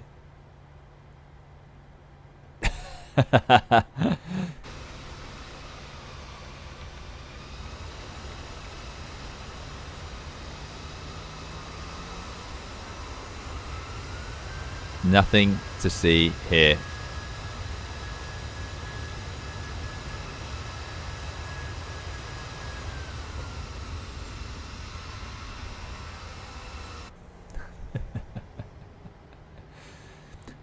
Lauren B says, I've never heard turn off lights for giving way. Yeah, so what people would do, like in this situation, this Airbus is pointing right at us. So if they had all their runway lights on, well, they'd have their nose lights on. They're pretty bright, especially for people sitting low down, like in a 737 on the floor, basically. So they shine in your eyes. So long-haul aircraft in particular, it's more of a problem if they're shining their lights into short-haul flight decks. At night, it's more of a problem. Now, it's a bit of a customary thing. In Europe, it's quite common, but not guaranteed. It's not a rule, so you can't rely on it. It doesn't mean somebody's giving way. It's just a thing that a lot of people do to show that they're not planning to. They're not planning to continue towards you. But again, it's not a rule, so it's a bit like flashing your lights when you're driving a car. No one knows what it actually means, so it's not safe. Because some people will turn off the lights when they're pointing at another airplane, even though they're not giving way, even though they're taking priority. But the reason they've turned off the lights is to not blind the other pilots. Now, I would say don't look at the lights, but you know, if a 380 is shining all its lights into you, and you're trying to taxi right in front of it, like that situation there, then it could be a little bit difficult. So that's quite common to turn them off. Right. Papa, we're not at yet. We're going to take Papa to the right and straight ahead to stand 70.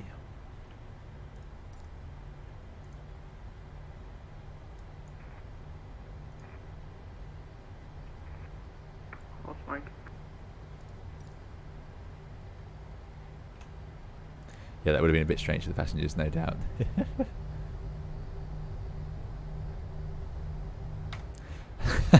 Larry says, should flash their lights in Morse code for you go first, mate. Yeah.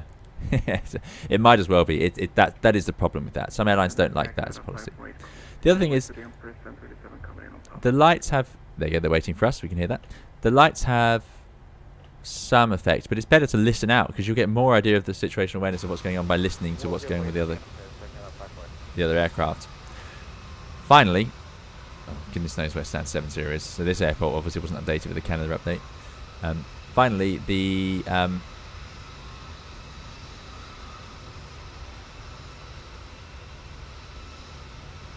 I'm going to take this first one here. Finally, the lights wear out being used, but then they also wear out being cycled. Turning it on and off will reduce their usable life. So, you know, are you wasting life of the lights by constantly flicking them on and off when it doesn't actually mean anything? Ah, James is 130 miles away. Sorry, James, you were right behind us the whole way. Anyway, there we go. This jet bridge isn't going to take you very far. But we're now parked up. So, welcome to Vancouver. I hope you've enjoyed it. We're going to disconnect from VATSIM. Thank you to all the wonderful VATSIM controllers and people flying along on VATSIM. And now we're going to jump into the replay. So stop recording. Replay. Matt says, we do the same on freight trains. At night, LED headlights are stupidly bright. So sometimes drivers will switch to marker lights only until they're passing the cab. There you go. So it's not just this industry. Right, let's take a look outside. Let's give it a second load. Flaps and gear in the right place. That's good news. Load up the scenery. Let's have a look at that landing. Some heavy rain around.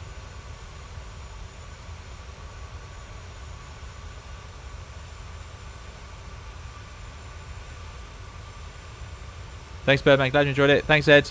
Thank you, everyone, for coming along.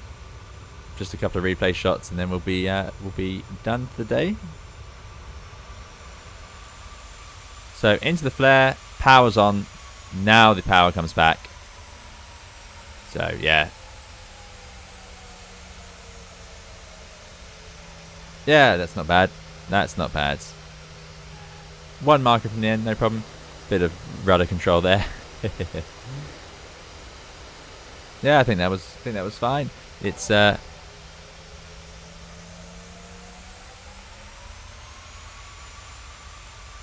yeah.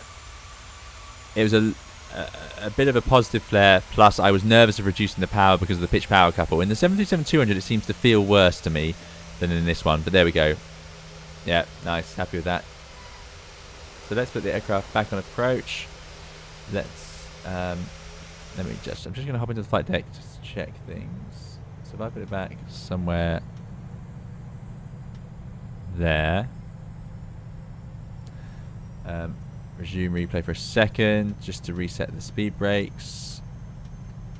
Good. And then pause. Right. I'm going to say thank you all so much for coming along.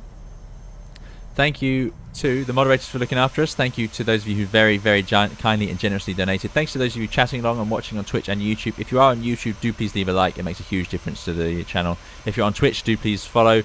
It also makes a big difference, of course, if you'd like to see more of this content. Thank you to those who haven't chatted. If you're just watching along, really appreciate it for having you here. So thank you so much. And of course, thank you to the moderators, if I didn't say, for looking after us. There'll be more live streams coming soon. Hopefully more videos as well, but certainly more live streams. So I look forward to seeing you on those. We're back in the Airbus soon enough, and all the other myriad of aircraft that we have on the channel to fly. But yeah, thank you all so much for coming along. Absolutely enjoyed it. It's always a treat to chat with you all. So thank you, and have a great evening, morning, day, wherever you are. We'll see you again next time. Bye bye.